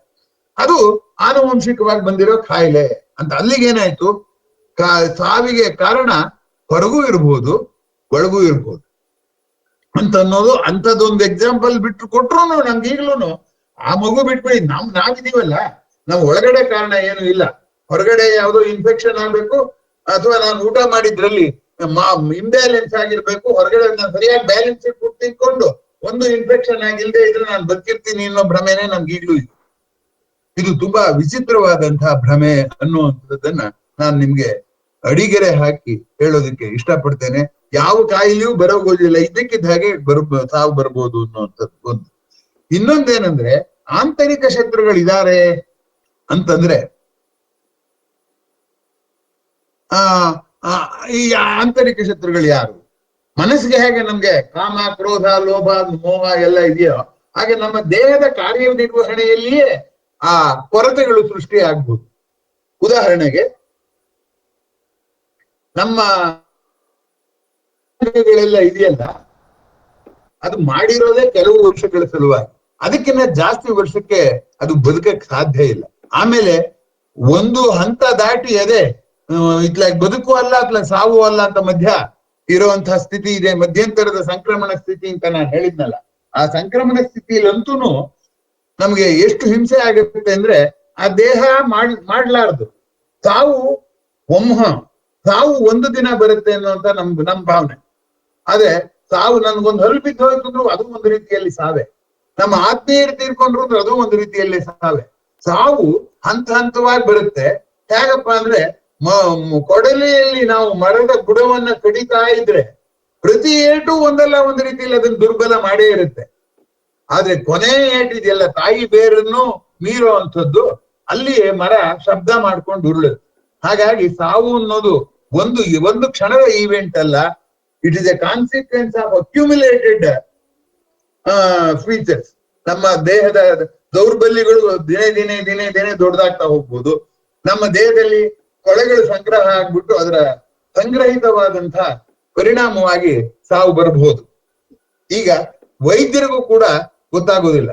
ಅನೇಕ ವೇಳೆ ಸಾವನ್ನ ಬಗ್ಗೆ ನಿರಂತರ ಎಚ್ಚರವಾಗಿರುವಂತಹ ವೈದ್ಯರು ತಮ್ಮ ಆರೋಗ್ಯವನ್ನ, ತಮ್ಮ ದೇಹದ ಎಲ್ಲ ಘಟಕಗಳನ್ನ ಪರೀಕ್ಷೆ ಮಾಡಿದಂತಹ ವೈದ್ಯರು, ಅದು ಹೃದಯದ ವೈದ್ಯರೇ, ಉಪನ್ಯಾಸ ಮಾಡುವಾಗಲೇ ಅವರು ಹೃದಯಾಘಾತವಾಗಿ ಸತ್ತಿದ್ದಾರೆ. ಆ ವೈದ್ಯರೇ ಹೇಳ್ತಾರೆ ಏನಂದ್ರೆ, ಹೊರಗಡೆ ಯಾರು ನನ್ನ ರೇಗಿಸ್ಬಿಟ್ರೆ ನಾನು ಸತ್ತೋಗ್ಬೋದು. ಹೀಗಾಗಿ ಸಾವಿನ ಬಗ್ಗೆ ಆ ನಿಗೂಢತೆಯನ್ನ ಸಾವೇನು ಕಳ್ಕೊಂಡಿಲ್ಲ, ಉಳಿಸ್ಕೊಂಡಿದೆ. ಆಸೆಯನ್ನ ಸಾವನ್ ಗೆಲ್ಲಬೇಕು ಅನ್ನೋ ಆಸೆಯು ಕೂಡ ಒಂದಂಗಲೂ ಪಕ್ಕಕ್ಕೆ ಜರುಗಿಲ್ಲ. ಹಾಗಾದ್ರೆ ಸಾವಿನ ನೋವು ಅನುಭವಿಸ್ತಕ್ಕದ್ದೇ ಅನ್ನುವಂಥ ಭಾವನೆಯನ್ನ ನಾವು ಬೇಗ ತಳೆದು ಬಿಡ್ತೀವಿ. ಆದ್ರೆ ಯಾವುದು ಅನಿವಾರ್ಯವೋ ಅದನ್ನ ನಾವು ಅನುಭವಿಸ್ಲೇಬೇಕು ಅನ್ನೋ ಭಾವನೆಯಿಂದ ನೋಡಿದಾಗ ಆ ಸಾವಿನ ನೋವು ಸ್ವಲ್ಪ ಮಟ್ಟಾರು ಕಡಿಮೆ ಆಗತ್ತೆ ಅಂತ. ಇನ್ನೊಂದು ಅಂಶ, ಪುನರ್ಜನ್ಮದ ಬಗ್ಗೆ, ಸಾವಿನ ಬಗ್ಗೆ ಚರ್ಚೆ ಮಾಡಿದಾಗ ಪುನರ್ಜನ್ಮದ ಬಗ್ಗೆ ಚರ್ಚೆ ಮಾಡ್ಲೇಬೇಕಾಗತ್ತೆ. ಯಾಕಂದ್ರೆ ಸತ್ಮೇಲೆ ಏನಾಗ್ತೀವಿ ಅಂತ. ಆ ಸತ್ಮೇಲೆ ಏನಾಗ್ತೀವಿ ಅಂತ ಅನ್ನೋದು, ಪುನರ್ಜನ್ಮದ ಬಗ್ಗೆ ಯಾಕೆ ಕಲ್ಪನೆ ಬಂದಿರ್ಬೋದು ಮನುಷ್ಯನಿಗೆ? ಯಾಕೆ ಎಲ್ಲಾರು ಸತ್ಮೇಲೆ ಯಾಕೆಲ್ಲ? ಜೈನ ಧರ್ಮದಲ್ಲೂ ಅಷ್ಟೇ. ಭೀಮ ಹೇಳ್ತಾನೆ ದುರ್ಯೋಧನಿಗೆ, ಯಾಕೆ ಹೆದರ್ಕೋತೀಯೋ ಸಾಯಕ್ಕೆ? ಸತ್ತರೇನ್ ಪುಟ್ಟರೆ ಪರಮಡು ಅಂತಾನೆ. ಸತ್ರೇನ್ ಹುಟ್ಟೋದಿಲ್ವಾ, ಬಾಯಿಚೆಗೆ ಅಂತ ಕರೀತಾನೆ. ಇದನ್ನೆಲ್ಲ ಗಮನಿಸಿದಾಗ ಸತ್ಮೇಲೆ ಹುಟ್ಟುತ್ತಾರೆ ಅನ್ನೋಂಥ ನಂಬಿಕೆ ಪ್ರಪಂಚಾದ್ಯಂತ ಯಾವ ಪುರಾವೆಯನ್ನು ಹುಡುಕದ ಹಾಗೆ ಇದೆ. ಅದರ ಸತ್ಯವೇ ಅಸತ್ಯವೇ ಅನ್ನೋ ಚರ್ಚೆಗೆ ನಾನು ಹೋಗೋದಿಲ್ಲ. ಯಾಕಂದ್ರೆ ನೀವೇ ಆ ಚರ್ಚೆಗಳನ್ನ ಮಾಡ್ಕೊಂತೀವಿ, ಅದೆಲ್ಲ ಬಿಟ್ಬಿಡಿ. ನಾನ್ ಹೇಳಕ್ ಕೊಟ್ಟಿರೋದು ಈ ಹುಸಿ ಕಲ್ಪನೆ ಅಂತಲೇ ಇಟ್ಕೊಳ್ಳೋಣ. ಈಗ ಅದೇ ಎಲ್ಲ ಕಾಯಿಲೆನೂ ವಾಸಿ ಮಾಡಕ್ ಒಂದು ಔಷಧಿ ಇದೆ ಅನ್ನೋದು ಹುಸಿ ಕಲ್ಪನೆ. ಆದ್ರೆ ಅದರಿಂದ ಕೆಮಿಸ್ಟ್ರಿ ಬೆಳವಣಿಗೆ ಆಯ್ತು. ಹಾಗೆ ಹುಸಿ ಕಲ್ಪನೆಯಿಂದ ನಮ್ಗೆ ಅನೇಕ ಅನುಕೂಲಗಳಿರುತ್ತೆ.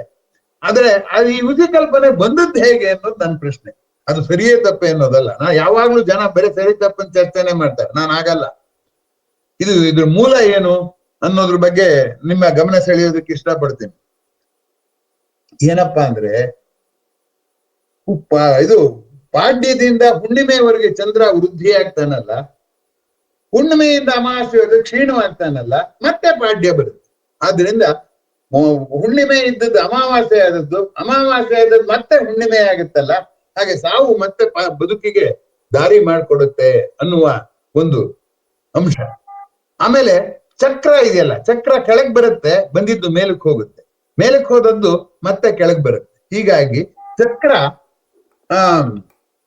ಹೇಗೆ ಸುತ್ತತ್ತೋ ಹಾಗೆ ಅಂತ. ಭಾರತೀಯ ಚಿಂತನೆ ಸೈಕ್ಲಿಕ್ ಆದ್ದು, ಚಕ್ರೀಯವಾದದ್ದು. ಪಾಶ್ಚಿಮಾತ್ಯರ ಚಿಂತನೆ ಲೀನಿಯರ್ ಆದ್ದು, ರೇಖೀಯವಾದದ್ದು ಅನ್ನುವಂಥ ಮಾತಿದೆ. ಆದ್ರಿಂದ ಭಾರತದಲ್ಲಿ ಪುನರ್ಜನ್ಮದ ಬಗ್ಗೆ ಜಾಸ್ತಿ ಬಂದಿರೋದಕ್ಕೆ ಅದು ಕಾರಣ ಅಂತ ನೀವು ಹೇಳೋ ಹಾಗಿಲ್ಲ. ಯಾಕಂದ್ರೆ ಪಾಶ್ಚಿಮಾತ್ಯರಲ್ಲೂ ಪುನರ್ಜನ್ಮದ ಬಗ್ಗೆ ತುಂಬಾ ಕಟುವಾದಂಥ ನಂಬಿಕೆ ಇವಾಗಲೂ ಇದೆ. ಬೌದ್ಧರಲ್ಲಿ ಕೂಡ ಪುನರ್ಜನ್ಮ ಇದೆ. ಜೈನರಲ್ಲಂತೂ ಅವನು ಬೇರೆ ಬೇರೆ ಪ್ರಾಣಿಯಾಗಿ ಹುಟ್ಟದ ಅಂತ ಹೇಳಿ ಇದೆ. ಕನಕದಾಸರು ಬರೆದಿದಾರಲ್ಲ, ಏನೊಂದು 84 ಲಕ್ಷ ಜೀವರಾಶಿಯನ್ನು ದಾಟಿ ಬಂದ ಈ ಶರೀರ ಮನುಷ್ಯನಾಗಿದೆ, ತಾನಲ್ಲ. ಆ ಶರೀರನು ನೀನಂದಿದ್ಮೇಲೆ ಈ ಶರೀರನು ನೀನಲ್ಲ ಅಂತ ದಾರ್ಶನಿಕ ಒಂದ ದೃಷ್ಟಿಯನ್ನ ಅವರು ಹೇಳಿರುವಂಥದ್ದು ಗಮನಿಸ್ಬೇಕಾದ್ದು ಆತ್ಮೀಯರೇ. ಈಗ ಈ ಸಾಮಾನ್ಯವಾಗಿ ಇದುವರೆಗೆ ಚರ್ಚೆ ಮಾಡಿದಂತಹ ದೃಷ್ಟಿಗಿಂತ ಭಿನ್ನವಾದಂತಹ ದೃಷ್ಟಿಯ ಅನೇಕ ಪದ್ಯಗಳನ್ನ ಡಿ ವಿ ಜಿ ಅವರು ಬರೆದಿದ್ದಾರೆ. ಆ ಡಿ ವಿ ಜಿ ಅವರ ಪದ್ಯಗಳನ್ನ ಕೆಲವನ್ನ ನಾನು ಆಯ್ಕೆ ಮಾಡಿದ್ದೀನಿ. ಇನ್ನು ಸಾವಿನ ಬಗ್ಗೆ ಏನಿದೆಯೋ ಎಲ್ಲ ಪದ್ಯವನ್ನು ಹೇಳ್ತಾ ಇಲ್ಲ ನಾನು, ಕೆಲವನ್ನ ಮಾತ್ರ ಹೇಳ್ತೇನೆ. ಅದರಲ್ಲಿ ಮೊದಲನೇದು 139ನೇ ಪದ್ಯ.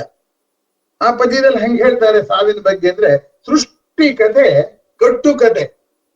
ಆ ಸೃಷ್ಟಿ ಹೇಗಾಯ್ತು ಅಂತ ನಾವು ಹೇಳ್ತೀವಲ್ಲ, ಅದ್ ನಾವು ಪ್ರಯೋಗ ಮಾಡಿ ನಾವಿನ್ನೊಂದು ಸೃಷ್ಟಿ ಮಾಡಕ್ ಆಗಿಲ್ವಲ್ಲ, ಅಂದ್ಮೇಲೆ ಅದು ಕಟ್ಟು ಕಥೆನೇ ಆಗ್ಬೇಕು. ಯಾಕಂದ್ರೆ ನೇರವಾಗಿ ಪ್ರಯೋಗ ಮಾಡಿ ಅಂತ ತಿಳ್ಕೊಳ್ಳೋ ಸತ್ಯ ಬೇರೆ, ಕಲ್ಪಿಸ್ಕೊಳ್ಳೋ ಸತ್ಯ ಬೇರೆ.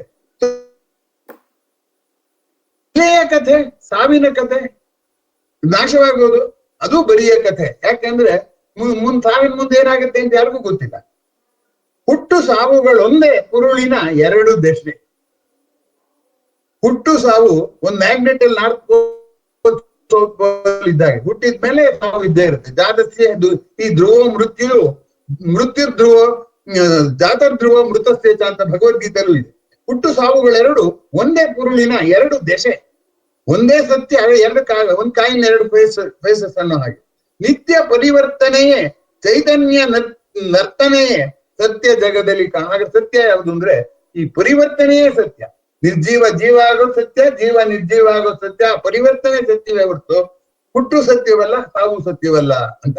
ಈಗ ನೀರು ಆವಿ ಆಗುತ್ತೆ ಬಿಸಿಯಾದಾಗ, ಆ ತಂಪಾದಾಗ ಆವಿ ಮತ್ತೆ ನೀರಾಗುತ್ತೆ. ಆ ಟ್ರಾನ್ಸಿಷನ್ ಸತ್ಯವೇ ಹೊರತು ನೀರ್ ಆವಿ ಆದಾಗ ನೀರು ಸತ್ತೋಯ್ತು ಅಂತ ಅಲ್ಲ, ಆವಿ ನೀರಾದಾಗ ಸತ್ತೋಗಿದ್ ನೀರು ಮತ್ತೆ ಜೀವ ಬಂತು ಅಂತ ಹೇಳೋದಿಲ್ಲ. ಅದಕ್ಕೆ ಮುಂದಿನ ಪದ್ಯದಲ್ಲಿ ಈ ಹುಟ್ಟು ಸಾವಿನ ಬಗ್ಗೆ ಅದರ ಸಮರ್ಥನೆಯಲ್ಲಿ ಹೀಗೆ ಹೇಳ್ತಾರೆ. ಋತುಚಕ್ರ ತಿರುಗುವುದು, ಕಾಲನದೆ ಮರುಗುವುದು, ಮೃತನ ಮಣ್ಣಿಂದ ಹೊಸ ಹುಲ್ಲು ಮಳೆಯುವುದು, ಕ್ಷಿತಿ ಗರ್ಭ ಧರಿಸುವಳು, ಉದಿಸುವುದು ಮತ್ತೊಂದು, ಸತತ ಕೃಷಿಯೋ ಪ್ರಕೃತಿ ಮಂಕುತಿಮ್ಮ. ಇದು ಗಮನಿಸಿ, ಪ್ರಕೃತಿ ಎನ್ನುವುದು ಸತತ ಕೃಷಿ. ನಾವೇ ಬಿತ್ತುತ್ತೀವಿ, ಕಾಳನ್ನ ತೆಗೆಯೋದಕ್ಕೆ ನಾವೇ ಕುಯ್ತೀವಿ, ಮತ್ತೆ ಆ ಕಾಳನ್ನ ಇನ್ನೊಂದ್ಸರಿ ಬಿತ್ತೀವಿ. ಅದು ಪುನರ್ಜನ್ಮದ ಪರಿಕಲ್ಪನೆಯ ಹಾಗೆ. ಹಾಗಾಗಿ ಕೃಷಿಯಲ್ಲಿ ಸಾವನ್ನ ಸತ್ಯವೆಂದು ಒಪ್ಪಿಕೊಳ್ಳು ನಮ್ಗೆ ಹೇಳ್ಕೊಡುವಂತ ತಾಕತ್ತಿತ್ತು.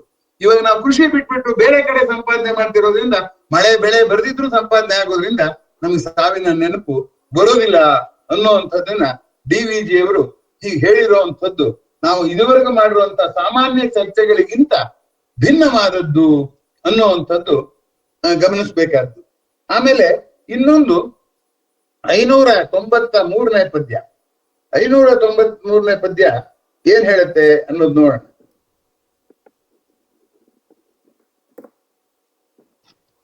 ಇದು ಸಾಮಾನ್ಯ ಹುಟ್ಟು ಸಾವಿನ ಬಗ್ಗೆ ನಾವು ಚರ್ಚೆ ಮಾಡೋಕಿನ್ನ ಭಿನ್ನವಾದ್ದು ಅಂತ ಅಷ್ಟೇ ನಾನು ಇದನ್ನ ಆಯ್ಕೆ ಮಾಡಿರೋದು. ಇನ್ನೇನು ಮಾನದಂಡ ಏನು ಇಲ್ಲ ಅದಕ್ಕೆ.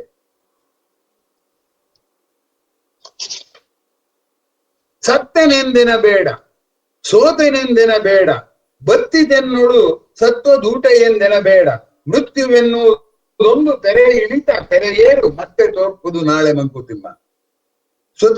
ಸತ್ತೋದೇನ್ ಅನ್ಬೇಡ, ಸೋತೇನ್ ಬೇಡ, ಅದು ಮೃತ್ಯುವಿನ ಅಲೆ ಇಳಿತ ಮತ್ತೆ ಅಲೆ ಏರು. ಅಲೆದ ಅಲೆದ ಉದಾಹರಣೆ ನಾನು ಆಗ್ಲೇ ಹೇಳಿದ್ನಲ್ಲ, ಅದನ್ನೇ ಕೊಟ್ರು. ಮತ್ತೆ ತೋರ್ಪುದು ನಾಳೆ, ಅದಕ್ಕೆ ಸತ್ರು ಹುಟ್ಟಂತೇರಿ ಅನ್ನುವಂತ ಪುನರ್ಜನ್ಮದ ಆಧಾರದ ರೀತಿಯ ಪದ್ಯ ಇದು. ಆದ್ರೂ ಕೂಡ ಇದ್ರಲ್ಲಿ ಹೇಳ್ತಾ ಇರೋದು ಬೇರೆ ರೀತಿಯಲ್ಲಿ ಹೇಳ್ತಾ ಇದ್ದಾರೆ. ತೆರೆ ಇಳಿತ ತೆರೆ ಏರು. ಅದರಿಂದ ಅದು ನೋಡು, ತೆರೆ ಏರು ಅನ್ನೋ ಪದ ನೋಡಿ. ತೆರೆ ಏರು ಅಂದ್ರೆ ತೆರೆ ಅಪ್ಪರ್ ಸ್ಟೇಟ್ ಅಂತ ಆಗುತ್ತೆ, ತೆರೆ ಏರು ಅಂದ್ರೆ ತೆರೆ ಹತ್ತು ಅನ್ನೋ ಅರ್ಥನೂ ಆಗುತ್ತೆ.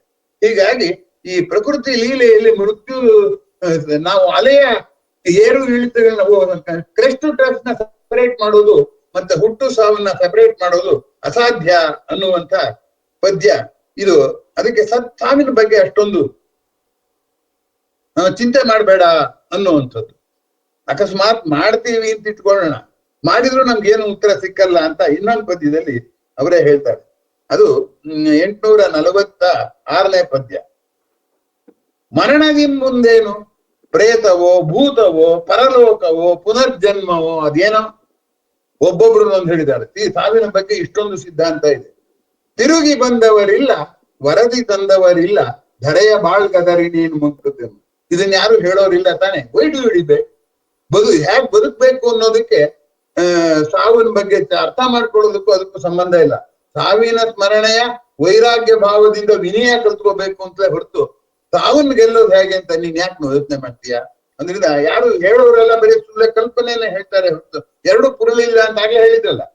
ಸಾವಿನಲ್ಲೂ ಪುರುಳಿಲ್ಲ ಮತ್ತೆ ಹುಟ್ಟಿನಲ್ಲೂ ಪುರುಳಿಲ್ಲ ಅನ್ನುವಂಥದ್ದು ತುಂಬಾ ಗಮನಿಸ್ಬೇಕಾದ್ದು ಅನ್ನುವಂಥದ್ದು. ಇನ್ನು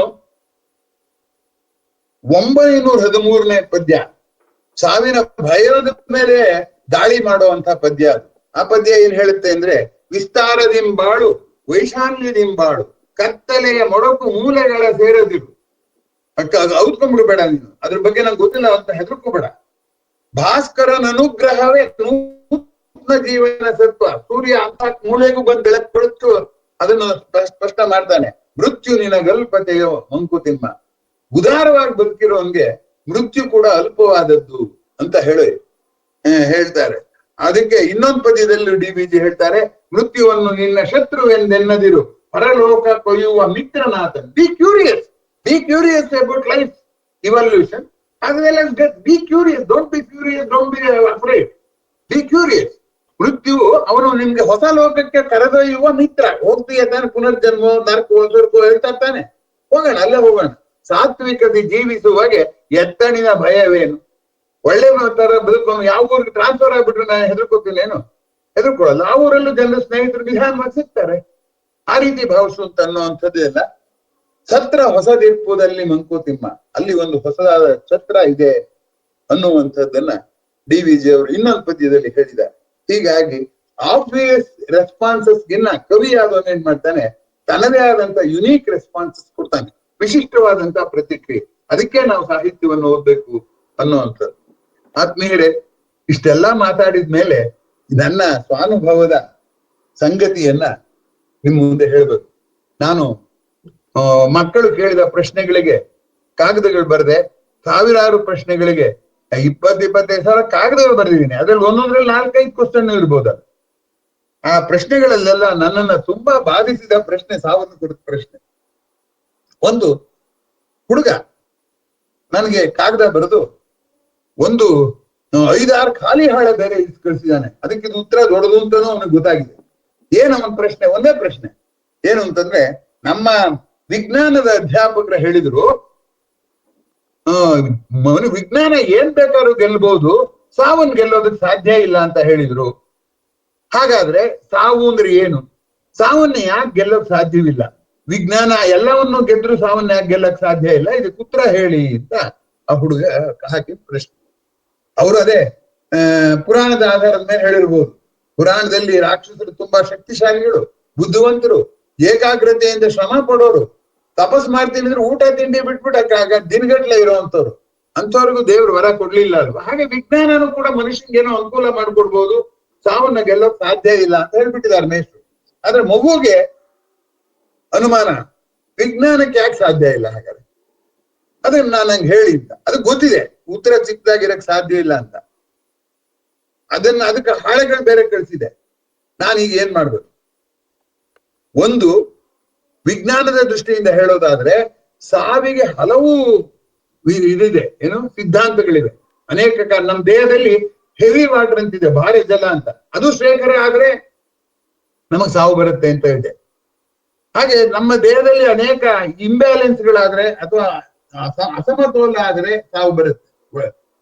ಹಾಗೇನೆ ಹೊರಗಡೆ ಇದರಿಂದ ಕಾಯಿಲೆಯಿಂದ ರೋಗ ಬರುತ್ತೆ, ರೋಗದಿಂದ ಸಾವು ಬರುತ್ತೆ ಅಂತ. ಹೀಗೆ ಸಾವು ಅಂದ್ರೆ ಏನು ಅಂದ್ರೆ ನಮ್ಮ ದೇಹದಲ್ಲಿರೋ ಅನೇಕ ವಿಪರ್ಯ ರಾಸಾಯನಿಕ ಕ್ರಿಯೆಗಳು, ರಿವರ್ಸಿಬಲ್ ರಿಯಾಕ್ಷನ್ಸ್ ಇರ್ರಿವರ್ಸಿಬಲ್ ಆಗ್ಬಿಡುತ್ತೆ, ಆಗ ಸಾವು ಬರುತ್ತೆ ಅನ್ನುವಂಥದ್ದು ಸರಳವಾದಂತ ವಿವರಣೆ. ಆದ್ರೆ ಮಗು ಕೇಳಿದೆ ಪ್ರಶ್ನೆ, ಸಾವು ಅಂದ್ರೆ ಏನು? ನಾನು ಹೇಗ್ ಉತ್ತರ ಬರೀಲಿ? ನಂಗೆ ಉತ್ತರ, ನನಗ್ ಗೊತ್ತಿರುವಂತಹ ಉತ್ತರನೂ ಮಗು ಬರೆಯಕ್ ಆಗಲ್ಲ ನಾನು. ಯಾಕೆ ಅಂದ್ರೆ ನಾನು ಇಷ್ಟು ಉತ್ತರದಲ್ಲಿ ಆ ಉತ್ತರಕ್ಕೆ ತುಂಬಾ ಕಷ್ಟಪಟ್ಟೆ. ಯಾಕೆಂದ್ರೆ ಸಾವಿನ ಅನೇಕ ಸಿದ್ಧಾಂತಗಳು ನಾನು ಓದಿದೆ. ಆದ್ರೆ ಆ ಮಗುಗೆ ಹೇಳ್ಬೇಕಾದ್ರೆ, ಹೈಸ್ಕೂಲ್ ಹುಡುಗನ್ ಹೇಳ್ಬೇಕಾದ್ರೆ ಆ ಸಿದ್ಧಾಂತದಲ್ಲಿರೋ ಒಂದು ತಾಂತ್ರಿಕ ಪದವನ್ನು ನಾನು ಬಳಸೋ ಹಾಗಿಲ್ಲ. ಹಾಗಾಗಿ ಈಗ ಬಾರ ಜಲ ಅಂತ ಹೇಳ್ತೀನಿ ನಿಂತಿಟ್ಕೊಳ್ಳೋಣ, ಅಪಾರ ಜಲ ಅಂದ್ರೆ ಏನು ಅಂತ ಕೇಳ್ತಾ ಮಗು. ಹಾಗಾಗಿ ಈ ಪ್ರಶ್ನೆಗೆ ಉತ್ತರ ಹೇಳ್ಬೇಕಾದ್ರೆ ತುಂಬಾ ಕಷ್ಟಪಟ್ಟು ಅನೇಕ ದಿನಗಳು ತಗೊಂಡು ನಾನು ಮುಂಚೆ ಒಂದು ಬರ್ಹಾಕ್ಬಿಟ್ಟೆ, ಈ ಪ್ರಶ್ನೆಗೆ ನಾನು ಉತ್ತರ ಬರೋದ್ ತಡ ಆಗುತ್ತೆ, ದಯವಿಟ್ಟು ಏನು ಭಾವಿಸ್ಬೇಡ, ಇದು ಕಷ್ಟ ಉತ್ತರ ಹೇಳೋದು. ಉತ್ತರ ಇಲ್ಲ ಅಂತಲ್ಲ, ಆದ್ರೆ ಇರೋದ್ನು ನಿಂಗೆ ಹೇಳೋದು ಕಷ್ಟ ಅಂತ ಹೇಳಿ ಅದನ್ನ ಉತ್ತರ ಕೊನೆಗೆ ಬರ್ದ್ ಹಾಕ್ದೆ. ಅದು ಹೆಚ್ಚು ಕಡಿಮೆ ಒಂದು ನೋಟ್ ಬುಕ್ ಅಷ್ಟೇ ಆಯ್ತು. ಆ ಹುಡುಗ ಕಳ್ಸಿರೋ ಪೇಪರು ಸಾಲಿಲ್ಲ. ಆ ನೋಟ್ ಬುಕ್ ಅಲ್ಲಿ ಆ ಹುಡುಗಕ್ಕೆ ಉತ್ತರ ಬರೆದು ಕಳಿಸ್ದೆ. ಹೀಗಾಗಿ ನನ್ನನ್ನ ಸಾವಿನ ಪ್ರಶ್ನೆ ಕಾಡಿದ ರೀತಿ ಇದು ಸಾವು ಹೇಗೆ ಕಾಡುತ್ತೆ ಇನ್ನೂ ಆಗಿಲ್ವಲ್ಲ, ಅದನ್ನೇ ನಾನು ಹೇಳ್ತಾರೆ. ಆತ್ಮೀಯರೇ, ಸಾವನ್ನು ಕುರಿತಾದಂತಹ ಈ ಎರಡನೆಯ ಚರ್ಚೆಯನ್ನ ಇಲ್ಲಿಗೆ ನಾನು ಮುಗಿಸ್ತೀನಿ. ಮೂರನೇದಕ್ಕೆ ಮುಂದುವರಿಸೋದು ಬೇಡ. ಯಾಕೆಂದ್ರೆ ನನಗೆ ಹಿಂದಿನ ಕಹಿ ಅನುಭವಗಳು ನೆನಪಿದ. ರಸದ ಬಗ್ಗೆ ನಾನು 7-8 ಮುಂದುವರಿಸಿದಾಗ ಏನಾಗ್ಬಿಡ್ತು ಅಂದ್ರೆ, ಅನೇಕರು ಬೇಸರ ಪಟ್ಕೊಂಡ್ರು. ತುಂಬಾ ತಾಂತ್ರಿಕವಾಗಿ ಹೋಗಕ್ ಸಾಧ್ಯವಿಲ್ಲ, ಯಾಕಂದ್ರೆ ಇಲ್ಲಿ ಇರೋರು ಯಾರು ಎಕ್ಸ್ಪರ್ಟ್ಸ್ ಅಲ್ಲ. ವಾಸ್ತವವಾಗಿ ಸಾವನ್ನು ಕುರಿತಂತೆ ವಿಜ್ಞಾನದ ನಾನು ತುಂಬಾ ಕಡಿಮೆ ಹೇಳಿರೋದು. ಯಾಕೆಂದ್ರೆ ನಂಗೆ ವಿಜ್ಞಾನದ ಹೇಳೋದು ಇನ್ನೂ ಖುಷಿನೇ.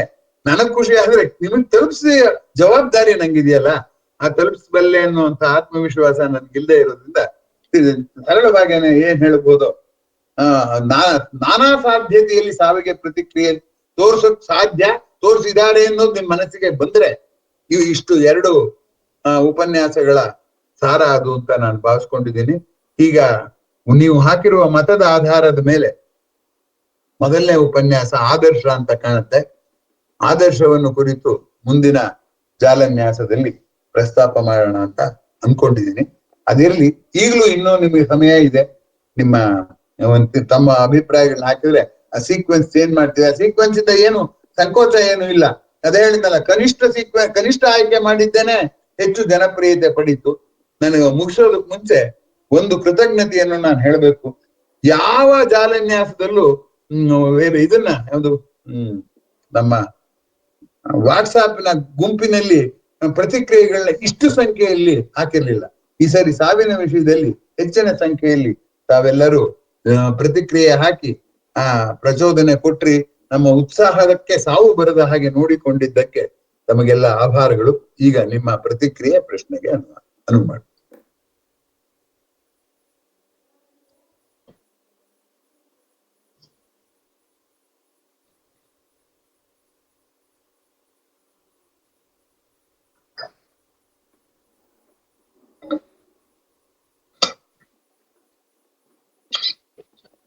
ಸರ್ ಹೇಳಿ. ಭಗವದ್ಗೀತೆನಲ್ಲಿ ಕೃಷ್ಣ ಹೇಳುವಂತ ಸಾವುಗುನು ವಿಜ್ಞಾನದ ಸಾವುಗೂ ಸಾಮ್ಯತೆ ಇದೆಯಾ ಸರ್? ಸಾಮ್ಯತೆ ಇದೆಯಾ? ಭಗವದ್ಗೀತೆಯಲ್ಲಿ ಸಾವು ಅಂತ ಹಾಗೆ ಹೇಳುವುದಿಲ್ಲ. ಭಗವದ್ಗೀತೆ ಶ್ಲೋಕ ಇತ್ತು, ನಾನು ಟೈಮ್ ಮುಗ್ದೋಯ್ತು ಅಂತ ಹೇಳಿಲ್ಲ ಅಷ್ಟೇ. ಅದರಲ್ಲಿ ಅನೇಕ ಬಾರಿ ಸಾವಿನ ಬಗ್ಗೆ ತನ್ನದೇ ಆದಂತಹ ವಿಶಿಷ್ಟವಾದ ರೀತಿಯಲ್ಲಿ ಪ್ರಸ್ತಾಪ ಮಾಡಿರುವಂತದ್ದಿದೆ. ನೋಡಿ, ಒಂದು ಉದಾಹರಣೆ ಈಗ ಹೇಳ್ತೀನಿ. ಏನು ಅಂತಂದ್ರೆ 13ನೇ ಅಧ್ಯಾಯದಲ್ಲಿ ಹೀಗೆ ಹೇಳ್ತಾರೆ, ಪ್ರಪಂಚದ ಬದುಕಿನ ಆಸೆಗಂತ ತಾನೇ ಸಾವಿನ ಭಯ ಇರೋದು. ನಾ ಬದುಕಬೇಕು ಅನ್ನೋ ಆಸೆಯೇ ಭಯವಾಗಿ ಪರಿವರ್ತನೆ ಇದೆ. ಆಸೆ ಪಡೋಕೆ ಏನೂ ಇಲ್ಲ. ಆಸೆ ಪಟ್ಟು ನಾವ್ ಏನ್ ಮಾಡೋ ಹಾಗಿದ್ದೀವಿ? ಪ್ರಪಂಚನ ನೋಡ್ಬೋದು, ಅವಾಗ ಪ್ರಪಂಚ ಬದಲಾಗೋದಿಲ್ಲ. ಪ್ರಪಂಚನ ನಾನು ಬದಲಾವಣೆ ಮಾಡ್ತೀನಿ ಅಂತ ಇಟ್ಕೊಳ್ಳೋಣ. ನಾನು ಏನ್ ಬದಲಾವಣೆ ಮಾಡಿದ್ರು ಪ್ರಕೃತಿಯ ಹಗಲು ರಾತ್ರಿ ಇದೆಲ್ಲ ಇದೆಯಲ್ಲ, ಅದನ್ನೇನು ಬದಲಾಯಿಸಕ್ ನನ್ನ ಕೈಯಿಂದ ಸಾಧ್ಯ ಇಲ್ಲ. ಸುಮ್ಮನೆ ನನಗೆ ಅನುಕೂಲವಾಗಿ ಮಾಡ್ಕೋಬಹುದೇ ಹೊರತು ಪ್ರಕೃತಿಯ ಒಟ್ಟು ವಿದ್ಯಮಾನವನ್ನ ಬದಲಾಯಿಸಕ್ ಸಾಧ್ಯವಿಲ್ಲ. ಆದ್ರಿಂದ ಈ ತ್ರಿಗುಣ ಅಂತ ಹೇಳ್ತಾರೆ, ಯಾವುದು ಸತ್ವ, ರಜ, ತಮಸ್ಸು. ಈ 3 ಗುಣ ಅಂದ್ರೆ ಸತ್ವ ಅಂದ್ರೆ ನಾವು ಬರೇ ನೋಡಿ ಸಂತೋಷ ಪಡೋದು, ರಜಸ್ಸು ಅಂದ್ರೆ ಬದಲಾವಣೆ ಮಾಡೋದು, ತಮಸ್ಸು ಅಂದ್ರೆ ಸುಖ ಬಂತ ಸುಖ ಬೀಳ್ತೀನಿ, ದುಃಖ ಬಂತ ಅದ್ರ ಬಗ್ಗೆ ಚಿಂತನೆ ಮಾಡಲ್ಲ ಅಂತ ಒಂದು ರೀತಿಯಲ್ಲಿ ಕುರುಡಾಗಿರೋದು ಇದೆಯಲ್ಲ, ಅದಕ್ಕೆ ತಾಮಸ ಅಂತ ಕರೀತಾರೆ. 13ನೇ ಅಧ್ಯಾಯದಲ್ಲಿ ಹೇಳ್ತಾನೆ, ಪ್ರಕಾಶಂಚ ಪ್ರವೃತ್ತಿಂಚ ಮೋಹಮೇವಚ ಪಾಂಡವ. ಅದು ಪ್ರಕಾಶವಾರ ಆಗ್ಲಿ, ಏನಾದ್ರು ಮಾಡ್ಬೇಕು ಅಂತ ಅನಿಸ್ಲಿ, ಏನ್ ಮಾಡಿದ್ರು ಪ್ರಪಂಚ ಏನು ಬದಲಾವಣೆ ಆಗೋದು. ಅದರಿಂದ ನಾನೇನು ಮಾಡ್ತೀನಿ ನಾನು ಅನ್ನೋದು ಇದೆಯಲ್ಲ, don't identify yourself with your body or mind. You identify yourself with the awareness and a watching eyes, a pair of watching eyes ಅಂತ ನೀನ್ ಗುರುತಿಸ್ಕೋ ಅಂತ ಹೇಳಿ ಭಗವದ್ಗೀತೆಯಲ್ಲಿ ಹೇಳ್ತಾನೆ ಅವನು. ಯಾವ್ದಾದ್ರೂ ಚಿಂತೆಯನ್ನು ಮಾಡ್ಬೇಡ, ಮನಸ್ಸೇನಾದ್ರು ಮಾಡ್ಕೊಳ್ಳಿ, ದೇಹ ಏನಾದ್ರು ಮಾಡ್ಕೊಳ್ಳಿ, ಜಸ್ಟ್ ವಾಚ್. ಆ ವಾಚಿಂಗ್ ಎಬಿಲಿಟಿ ಹೋಗೋದಕ್ ಮುಂಚೆ ನಿನ್ ಕೆಲಸ ಏನು ಅಂದ್ರೆ, ಈ ಛತ್ರ ನಾನು ಟೂರ್ ಬಂದಿದ್ದೀನಿ, ಟೂರಲ್ಲಿ ಎಲ್ಲ ನೋಡ್ಬೇಕೆ ಹೊರತು ಅಲ್ಲ ಮನೆ ಕೊಂಡ್ಕೋತೀನಿ, ಸೈಟ್ ಕೊಂಡ್ಕೊಡ್ತೀನಿ ಅಂತ ವ್ಯವಹಾರ ಮಾಡೋದು. ಹಾಗೆ ಆ ಪ್ರಪಂಚದ ಆಶಯ ಜಾಸ್ತಿ ಆಗಿರೋದ್ರಿಂದ ಸಾವಿನ ದುಃಖ ಆಗುತ್ತೆ. ಪ್ರಪಂಚವನ್ನೇ ನಾನು ಏನು ಬದಲಾವಣೆ ಮಾಡಕ್ಕಾಗಲ್ಲ, ಹುಟ್ಟೋಕ್ ಮುಂಚೆನೂ ಪ್ರಪಂಚ ಹೇಗಿತ್ತೋ ನಾ ಹೋದ್ಮೇಲೆ ಹಾಗೆ ಇರುತ್ತೆ ಅಂತ ಅನ್ನೋ ಸಾರ್ವಕಾಲಿಕ ಸತ್ಯ ತಿಳ್ಕೊಂಡ್ಬಿಟ್ರೆ ಆಗ ನಿಂಗೆ ಸಾವಿನ ಬಗ್ಗೆ ಅತಿರೇಕವಾದಂತ ಭಯ ಆಗ್ಲಿ ಏನೂ ಆಗೋಲ್ಲ ಅನ್ನೋವಂಥದ್ದು ಅದರಲ್ಲಿ ಇರುವಂತದ್ದು ಇದೆ. ಹಾಗಾಗಿ ಗುಣಾನೇತಾನ್ ಅತೀತಾನ್ ತ್ರೀನ್ ಅಂತ ಅದ್ರಲ್ಲೇ ಇನ್ನೊಂದ್ಸರಿ ಬರುತ್ತೆ. ಈ ಗುಣಗಳಿದೆಯಲ್ಲ, ಸತ್ವ ರಜ, ನೋಡೋದು ಮಾಡೋದು, ಉಪೇಕ್ಷೆ ಮಾಡಿ ಸುಮ್ಮನೆ ಸುಖ ಬೀಳೋದು ಅಂತ, ದುಃಖ ಪಡೋದು ಸುಖ ಪಡೋದು ಅಂತ, ಬ್ಲೈಂಡ್ ಆಗಿಂತ, ಈ ಮೂರನ್ನು ಮೀರಿದ್ರೆ ಅದು ದೇಹದಿಂದ ಉಂಟಾಗಿದೆ, ನೀನು ದೇಹವಲ್ಲ ಅನ್ನೋ ಭಾವನೆಯಿಂದ ನೋಡು ಅಂತ. ಇಡೀ ಭಗವದ್ಗೀತೆ ನಾನು ದೇಹವಲ್ಲ, ಪ್ರಪಂಚವನ್ನು ನೋಡುವ ಒಂದು ಸಾಕ್ಷಿ ಚೈತನ್ಯ ಅಂತನ್ನೋ ಅರ್ಥದಲ್ಲಿ ಇಡೀ ಭಗವದ್ಗೀತೆಯಲ್ಲಿ ಅದು ಪ್ರಸ್ತಾಪ ಆಗಿದೆ.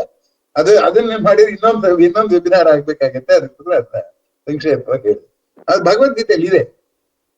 ಮೊದಲನೇ ಶ್ಲೋಕದಲ್ಲೇ ಇದೆ, ಏನಂದ್ರೆ ಗತಾಸು ನಗತಾಸುಂಸ ನಾನು ಶೋಚಂತೆ ಪಂಡಿತ ಅಂತ. ಸತ್ತೋದವ್ರಿಗಾಗ್ಲಿ ಬದುಕಿರೋರ್ಗಾಗ್ಲಿ ಯಾರಿಗೂ ವ್ಯಥೆ ಪಡ್ಬೇಕಾಗಿಲ್ಲ, ಯಾಕಂದ್ರೆ there is no much difference between life and death. ಆ ಧೋರಣೆಯಲ್ಲಿ ಭಗವದ್ಗೀತೆ ಇದೆ. ಬೇರೆ ಪ್ರತಿಕ್ರಿಯೆ, ಪ್ರಶ್ನೆ? ಸೀಮಿತ ಅವಧಿಯಲ್ಲಿ ಇದಕ್ಕಿಂತ ಹೆಚ್ಚಿಗೆ ಹೇಳಕ್ ಆಗಲ್ಲ.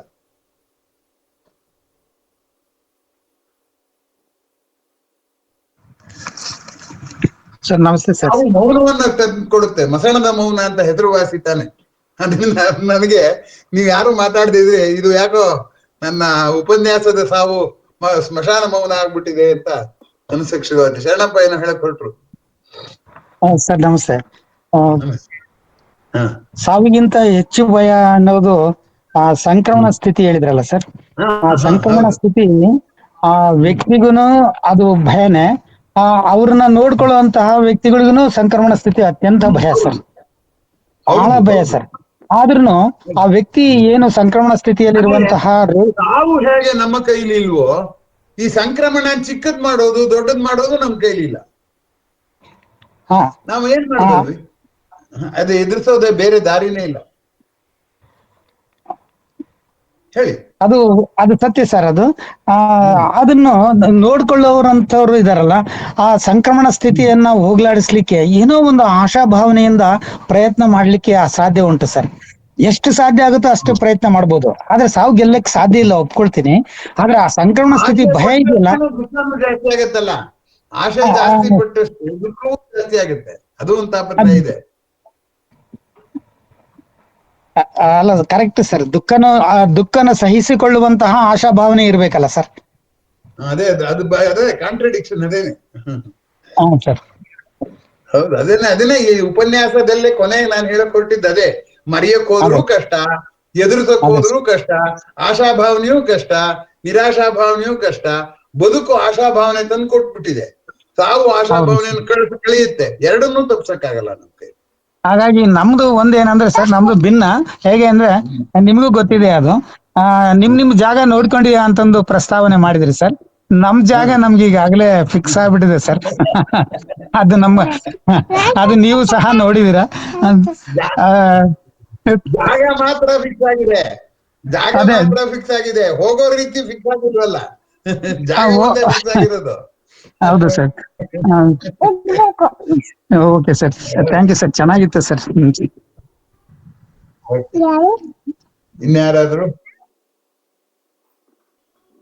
ಇನ್ಯಾರಿದ್ದಾರೆ ಪ್ರತಿಕ್ರಿಯೆ?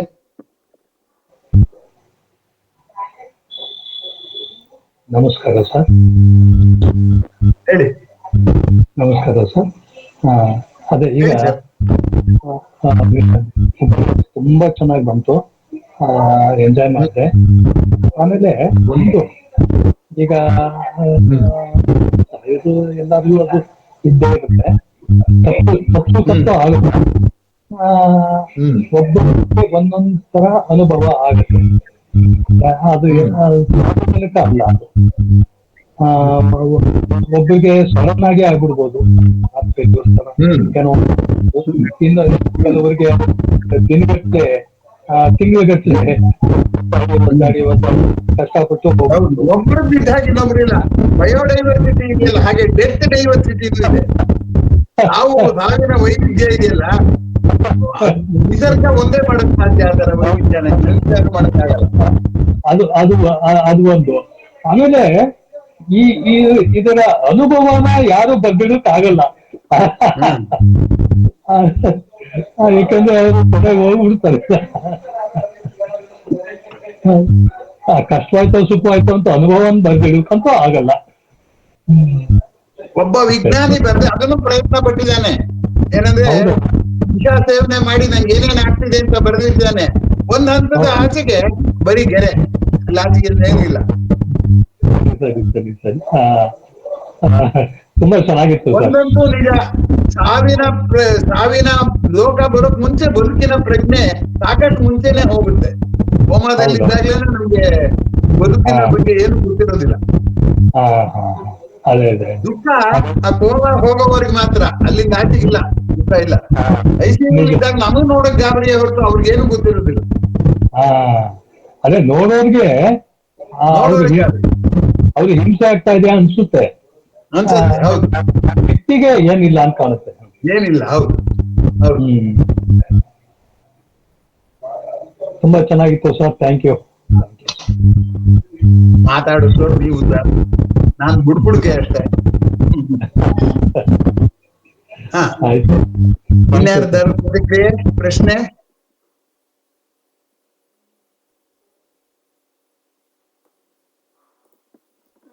ಸರ್, ಅದು ಈ ಶರಣರ ಬಗ್ಗೆ ಒಂದು ಇದೆಯಲ್ಲ, ಅಂದ್ರೆ ಶರಣರ ಬದುಕನ್ನು ಸಾವಿಲ್ಲಿ ನಾವು ನೋಡೋ ಆ ರೀತಿ ಅಲ್ಲ. ಅಲ್ಲ, ಶರಣರನ್ನ ಮರಣದಲ್ಲಿ ಕಾಣ್ಬೇಕು ಅಂತ. ಹಾ, ಅಂದ್ರೆ ಪ್ರಪಂಚದಲ್ಲಿ ಇದ್ದುಕೊಂಡು ಪ್ರಪಂಚಕ್ಕೆ ಅಂಟುಕೊಳ್ಳದಲ್ಲೇ ಸಾವನ್ನು ಪ್ರಪಂಚಕ್ಕೂ ಅಭೇದ ಮಾಡಿ ಎರಡೂ ಪ್ರಕೃತಿ ಲೀಲೆ ಅಂತ ಒಪ್ಕೊಂಡಂತವ್ರು ಶರಣರು ಅಂತ. ಆ ಅರ್ಥದಲ್ಲಿ ಶರಣರನ್ನ ಮರಣದಲ್ಲಿ ಕಾಣ್ಬೇಕು ಅಂತ ಹೇಳೋದು. ಸಾಮಾನ್ಯವಾಗಿ ಸಾವಿರು ವ್ಯಥೆ ಪಡ್ತೀವಲ್ಲ, ಆ ವ್ಯಥೆ ಇಲ್ಲ.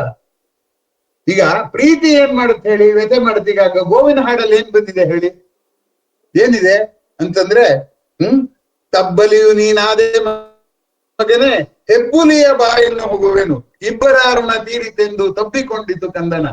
ಆ ಸಾವಿನ ಹೆಬ್ಬುಲಿಯ ಬಾಯಿಗೆ ಹೋಗುವಾಗ್ಲೂ ಬದುಕಿನ ಚಿಂತೆ. ನನ್ನ ತಾಯಿ ತೀರ್ಕೊಂಡಾಗ ನಮಸ್ಕಾರ ಮಾಡ್ಬಿಟ್ಟು ಹೇಳಿದ್ರು, ನನ್ ಮಗನಿಗೊಂದಿಷ್ಟು ಹೊಟ್ಟೆ ಬಟ್ಟೆ ನೋಡ್ಕೊಳ್ಳಿ, ಯಾರ್ಲಾನು ಸಂತೋಷ ಪಡಿಸ್ತಾನೆ ಏನಾದ್ರು ಉಪನ್ಯಾಸ ಮಾಡ್ಕೊಂಡು ಅಂತ ಎಲ್ರಿಗೂ ಕೈ ಮುಗಿಸಿದ್ರು. ನಂಗೆ ಸಾವಿನ ಸಂಕಟದಲ್ಲೂ ಈ ಹುಚ್ಚು ಮಗನ್ನ ಯಾಕೆ ಅಷ್ಟೊಂದು ತಲೆ ಕೆಡಿಸ್ಕೊಂಡ್ರು ಇವತ್ತಿಗೂ ಗೊತ್ತಾಗಿಲ್ಲ.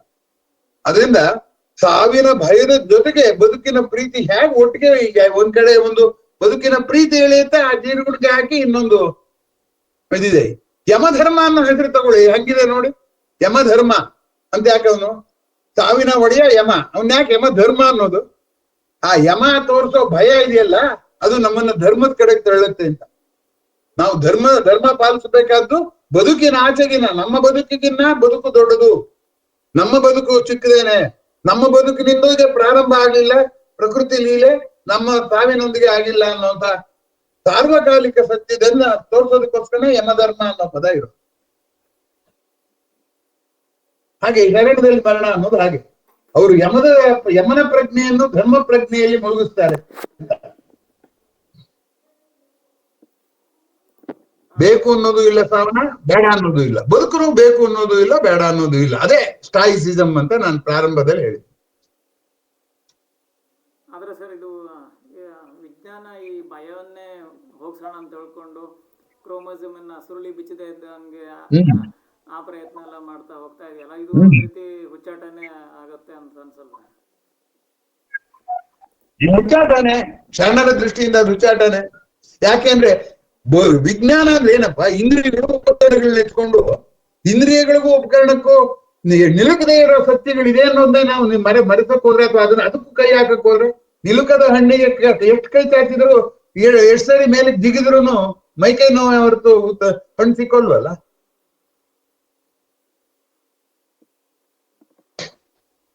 ಒಂದಷ್ಟು ಗೆದ್ಬಿಟ್ಟಿರೋದ್ರಿಂದ ಮನುಷ್ಯಂಗೆ ಅಹಂಕಾರ. ಉಪಕರಣ ಮಾಡ್ಬಿಟ್ರೆ ಎಲ್ಲಿ ಉಪಕರಣ ಹೇಳಿರುತ್ತೆ ನಿಂಗೆ ಇನ್ನು ಹಾರ್ಟ್ ಸರಿಯಾಗಿದೆ ಅಂತ, ಮಾರನೇ ಕ್ಷಣದಲ್ಲೇ ಹಾರ್ಟ್ ಫೇಲ್ಯೂರ್ ಆಗುತ್ತಲ್ಲ. ನನ್ಗಂತೂ ಗೊತ್ತಿರೋ ಹಾಗೆ ಹುಟ್ಟು ಸಾವಿನ ಒಂದು ನಿಗೂಢವನ್ನ ವಿಜ್ಞಾನ ಸದ್ಯದಲ್ಲಿ ಏನು ಪರಿಹರಿಸೋ ಸ್ಥಿತಿ ಇಲ್ಲ ಅಂತಾನೆ. ಅದು ನಿಗೂಢವಾಗಿ ಉಳಿಯುತ್ತೆ ಕೊನೆಗೆ, ಬೇರೆ ನಿಗೂಢಗಳಿಗಿಂತ.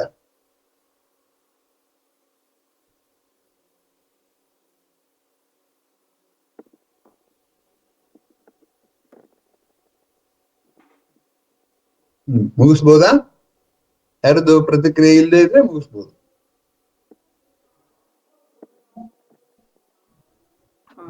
ಆಯ್ತು ಸರ್, ಮುಗಿಸೋಣ ಸರ್. ಮತ್ತೆ ಮುಂದಿನ ವಾರ ಆದರ್ಶ ವರ್ಷ ಈ ವಿಷಯದ ಕುರಿತು ಉಪನ್ಯಾಸಕ್ಕೆ ನಾವು ಹೊಣೆಯಾಗೋಣ ಅಂತ ಹೇಳ್ತಾ ಬಂದಂಥ ಎಲ್ಲರನ್ನೂ ಕೂಡ ಮತ್ತೊಮ್ಮೆ ವಂದಿಸ್ತಾ ಇವತ್ತಿನ ಕಾರ್ಯಕ್ರಮನ ಮುಗಿಸ್ತಾ ಇದ್ದೀವಿ. ನಮಸ್ಕಾರ ಸರ್.